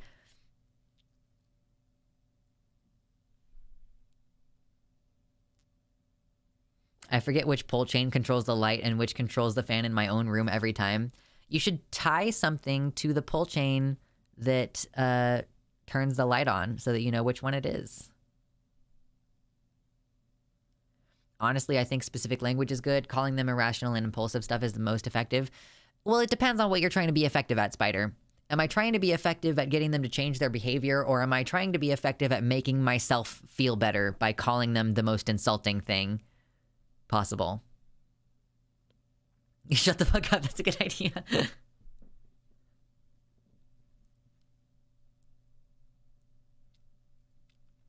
It's like if you call someone a child, you're referencing the very first actions, the first reactions of a little kid, but you can't actually get children to fucking calm down and understand, etc.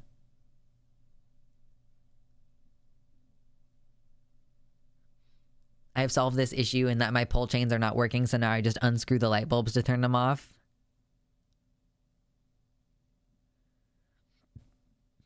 Oh my god, true. Oh my god, true. Baphomet. I like saying retarded not as a slur, but like as a literal thing, because I feel like, autistics have a mindset that retards their ability to speak or act rationally. Holy fucking shit, that's true.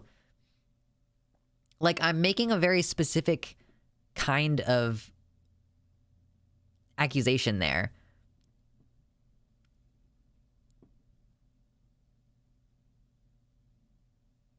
Yeah, it's an insult to children to call Republicans childish. I've been trying to shift on that one personally. It's like, I just don't.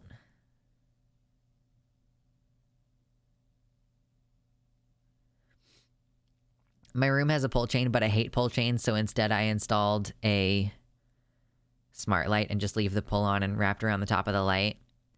I've mentioned before that I like pull strings on ceiling fans because one of the things that I enjoy doing is putting my horns on and just like trying to do this and like hit the end, like hit the pull string thing with the end of my horn.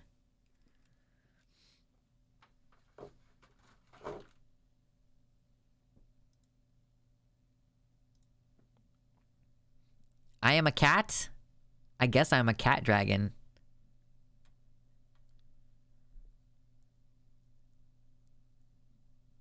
If somebody is being intentionally or unintentionally obtuse, I call them retarded or obtuse. I use them interchangeably. Right, I could see, like, if you've been arguing with someone for an hour and a half and they're being frustrated and stupid, like if they're being frustrating and stupid, it's like, I think you're being kind of fucking retarded right now. Like, this seems like this is how Vosh uses it during debates and stuff.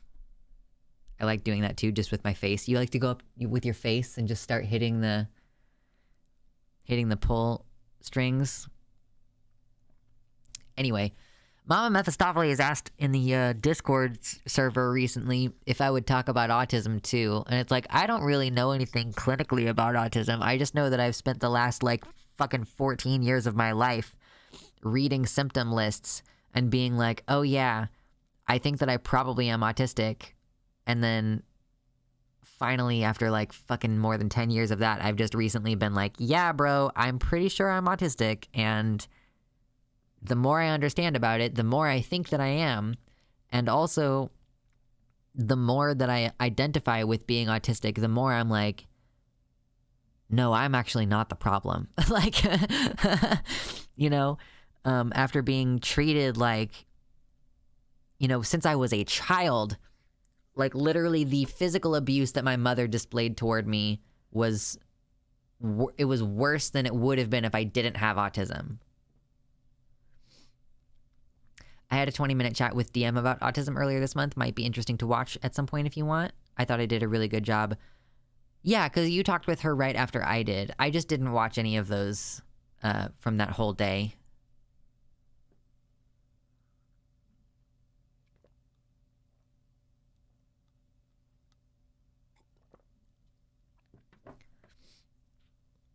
That's really frustrating, Gayfesh. Like trying to talk to your dad, and it's like, yeah, no, you're watching Project Veritas, and like literally every single one of their videos is propaganda, and they're just like, well, I don't believe that. Like, okay, well, you're just fucking stupid then, and I'm not talking about this with you anymore.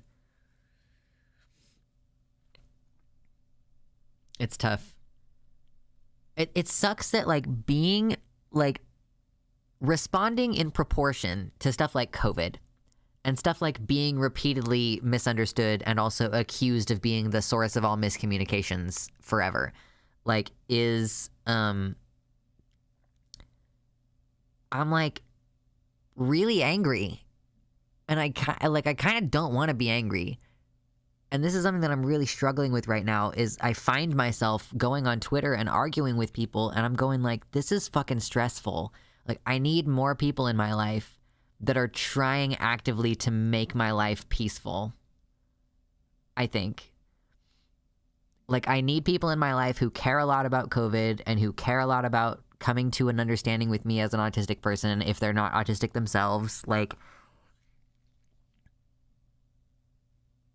it's the survival bias thing. It's the airplane with all the holes in it. Like, the only queer people who are still around are the cockroach motherfuckers, because you tried to eradicate us. And so the only ones who are still around are the ones who get mad instead of getting suicidal. And I just don't want to be like this. Have you considered seeing a psychiatrist to get evaluated? Do you mean for autism? Not really. Mostly because I don't want an official diagnosis. Like, I feel pretty confident that I'm autistic, and I have heard of people losing custody of their kids because they were diagnosed with autism. I've heard of people getting denied transition-related surgery because of their diagnosis of autism. So I'm not really... I might talk about it with my psychiatrist and be like, is it possible for us to discuss this and then for you to not put it on my paperwork? Whatever we discuss, like whatever it is that we decide on this. I just don't want it to be official, I don't think.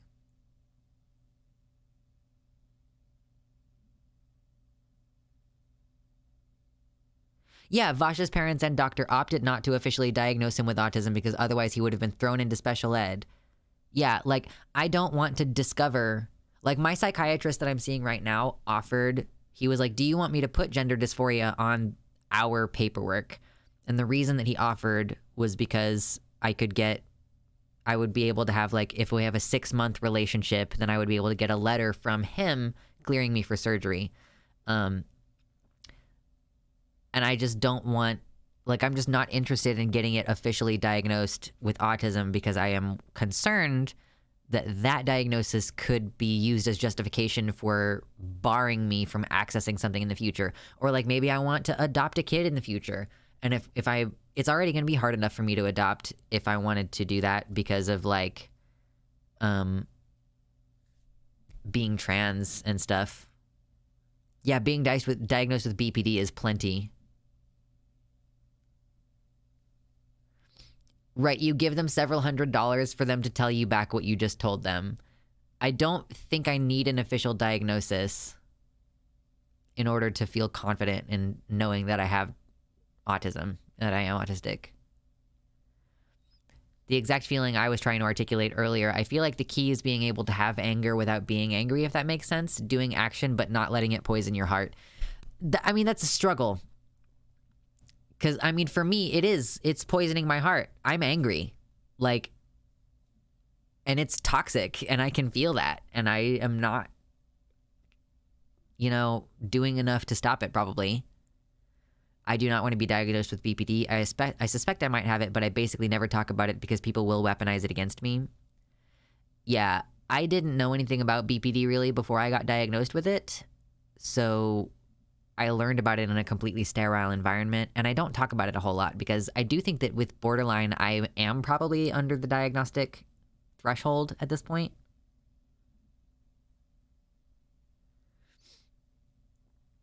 But there's just like one very highly effective form of therapy for BPD, and I don't know whether you can be in a DBT program without being diagnosed with BPD, and it's highly effective.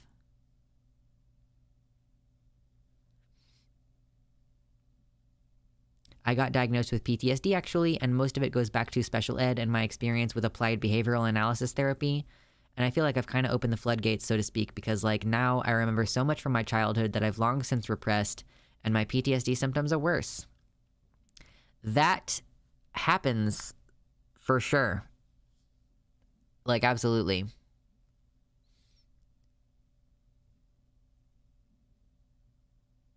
I did some research on BPD because I had huge misconceptions about it. I'm pretty sure I have a subtype.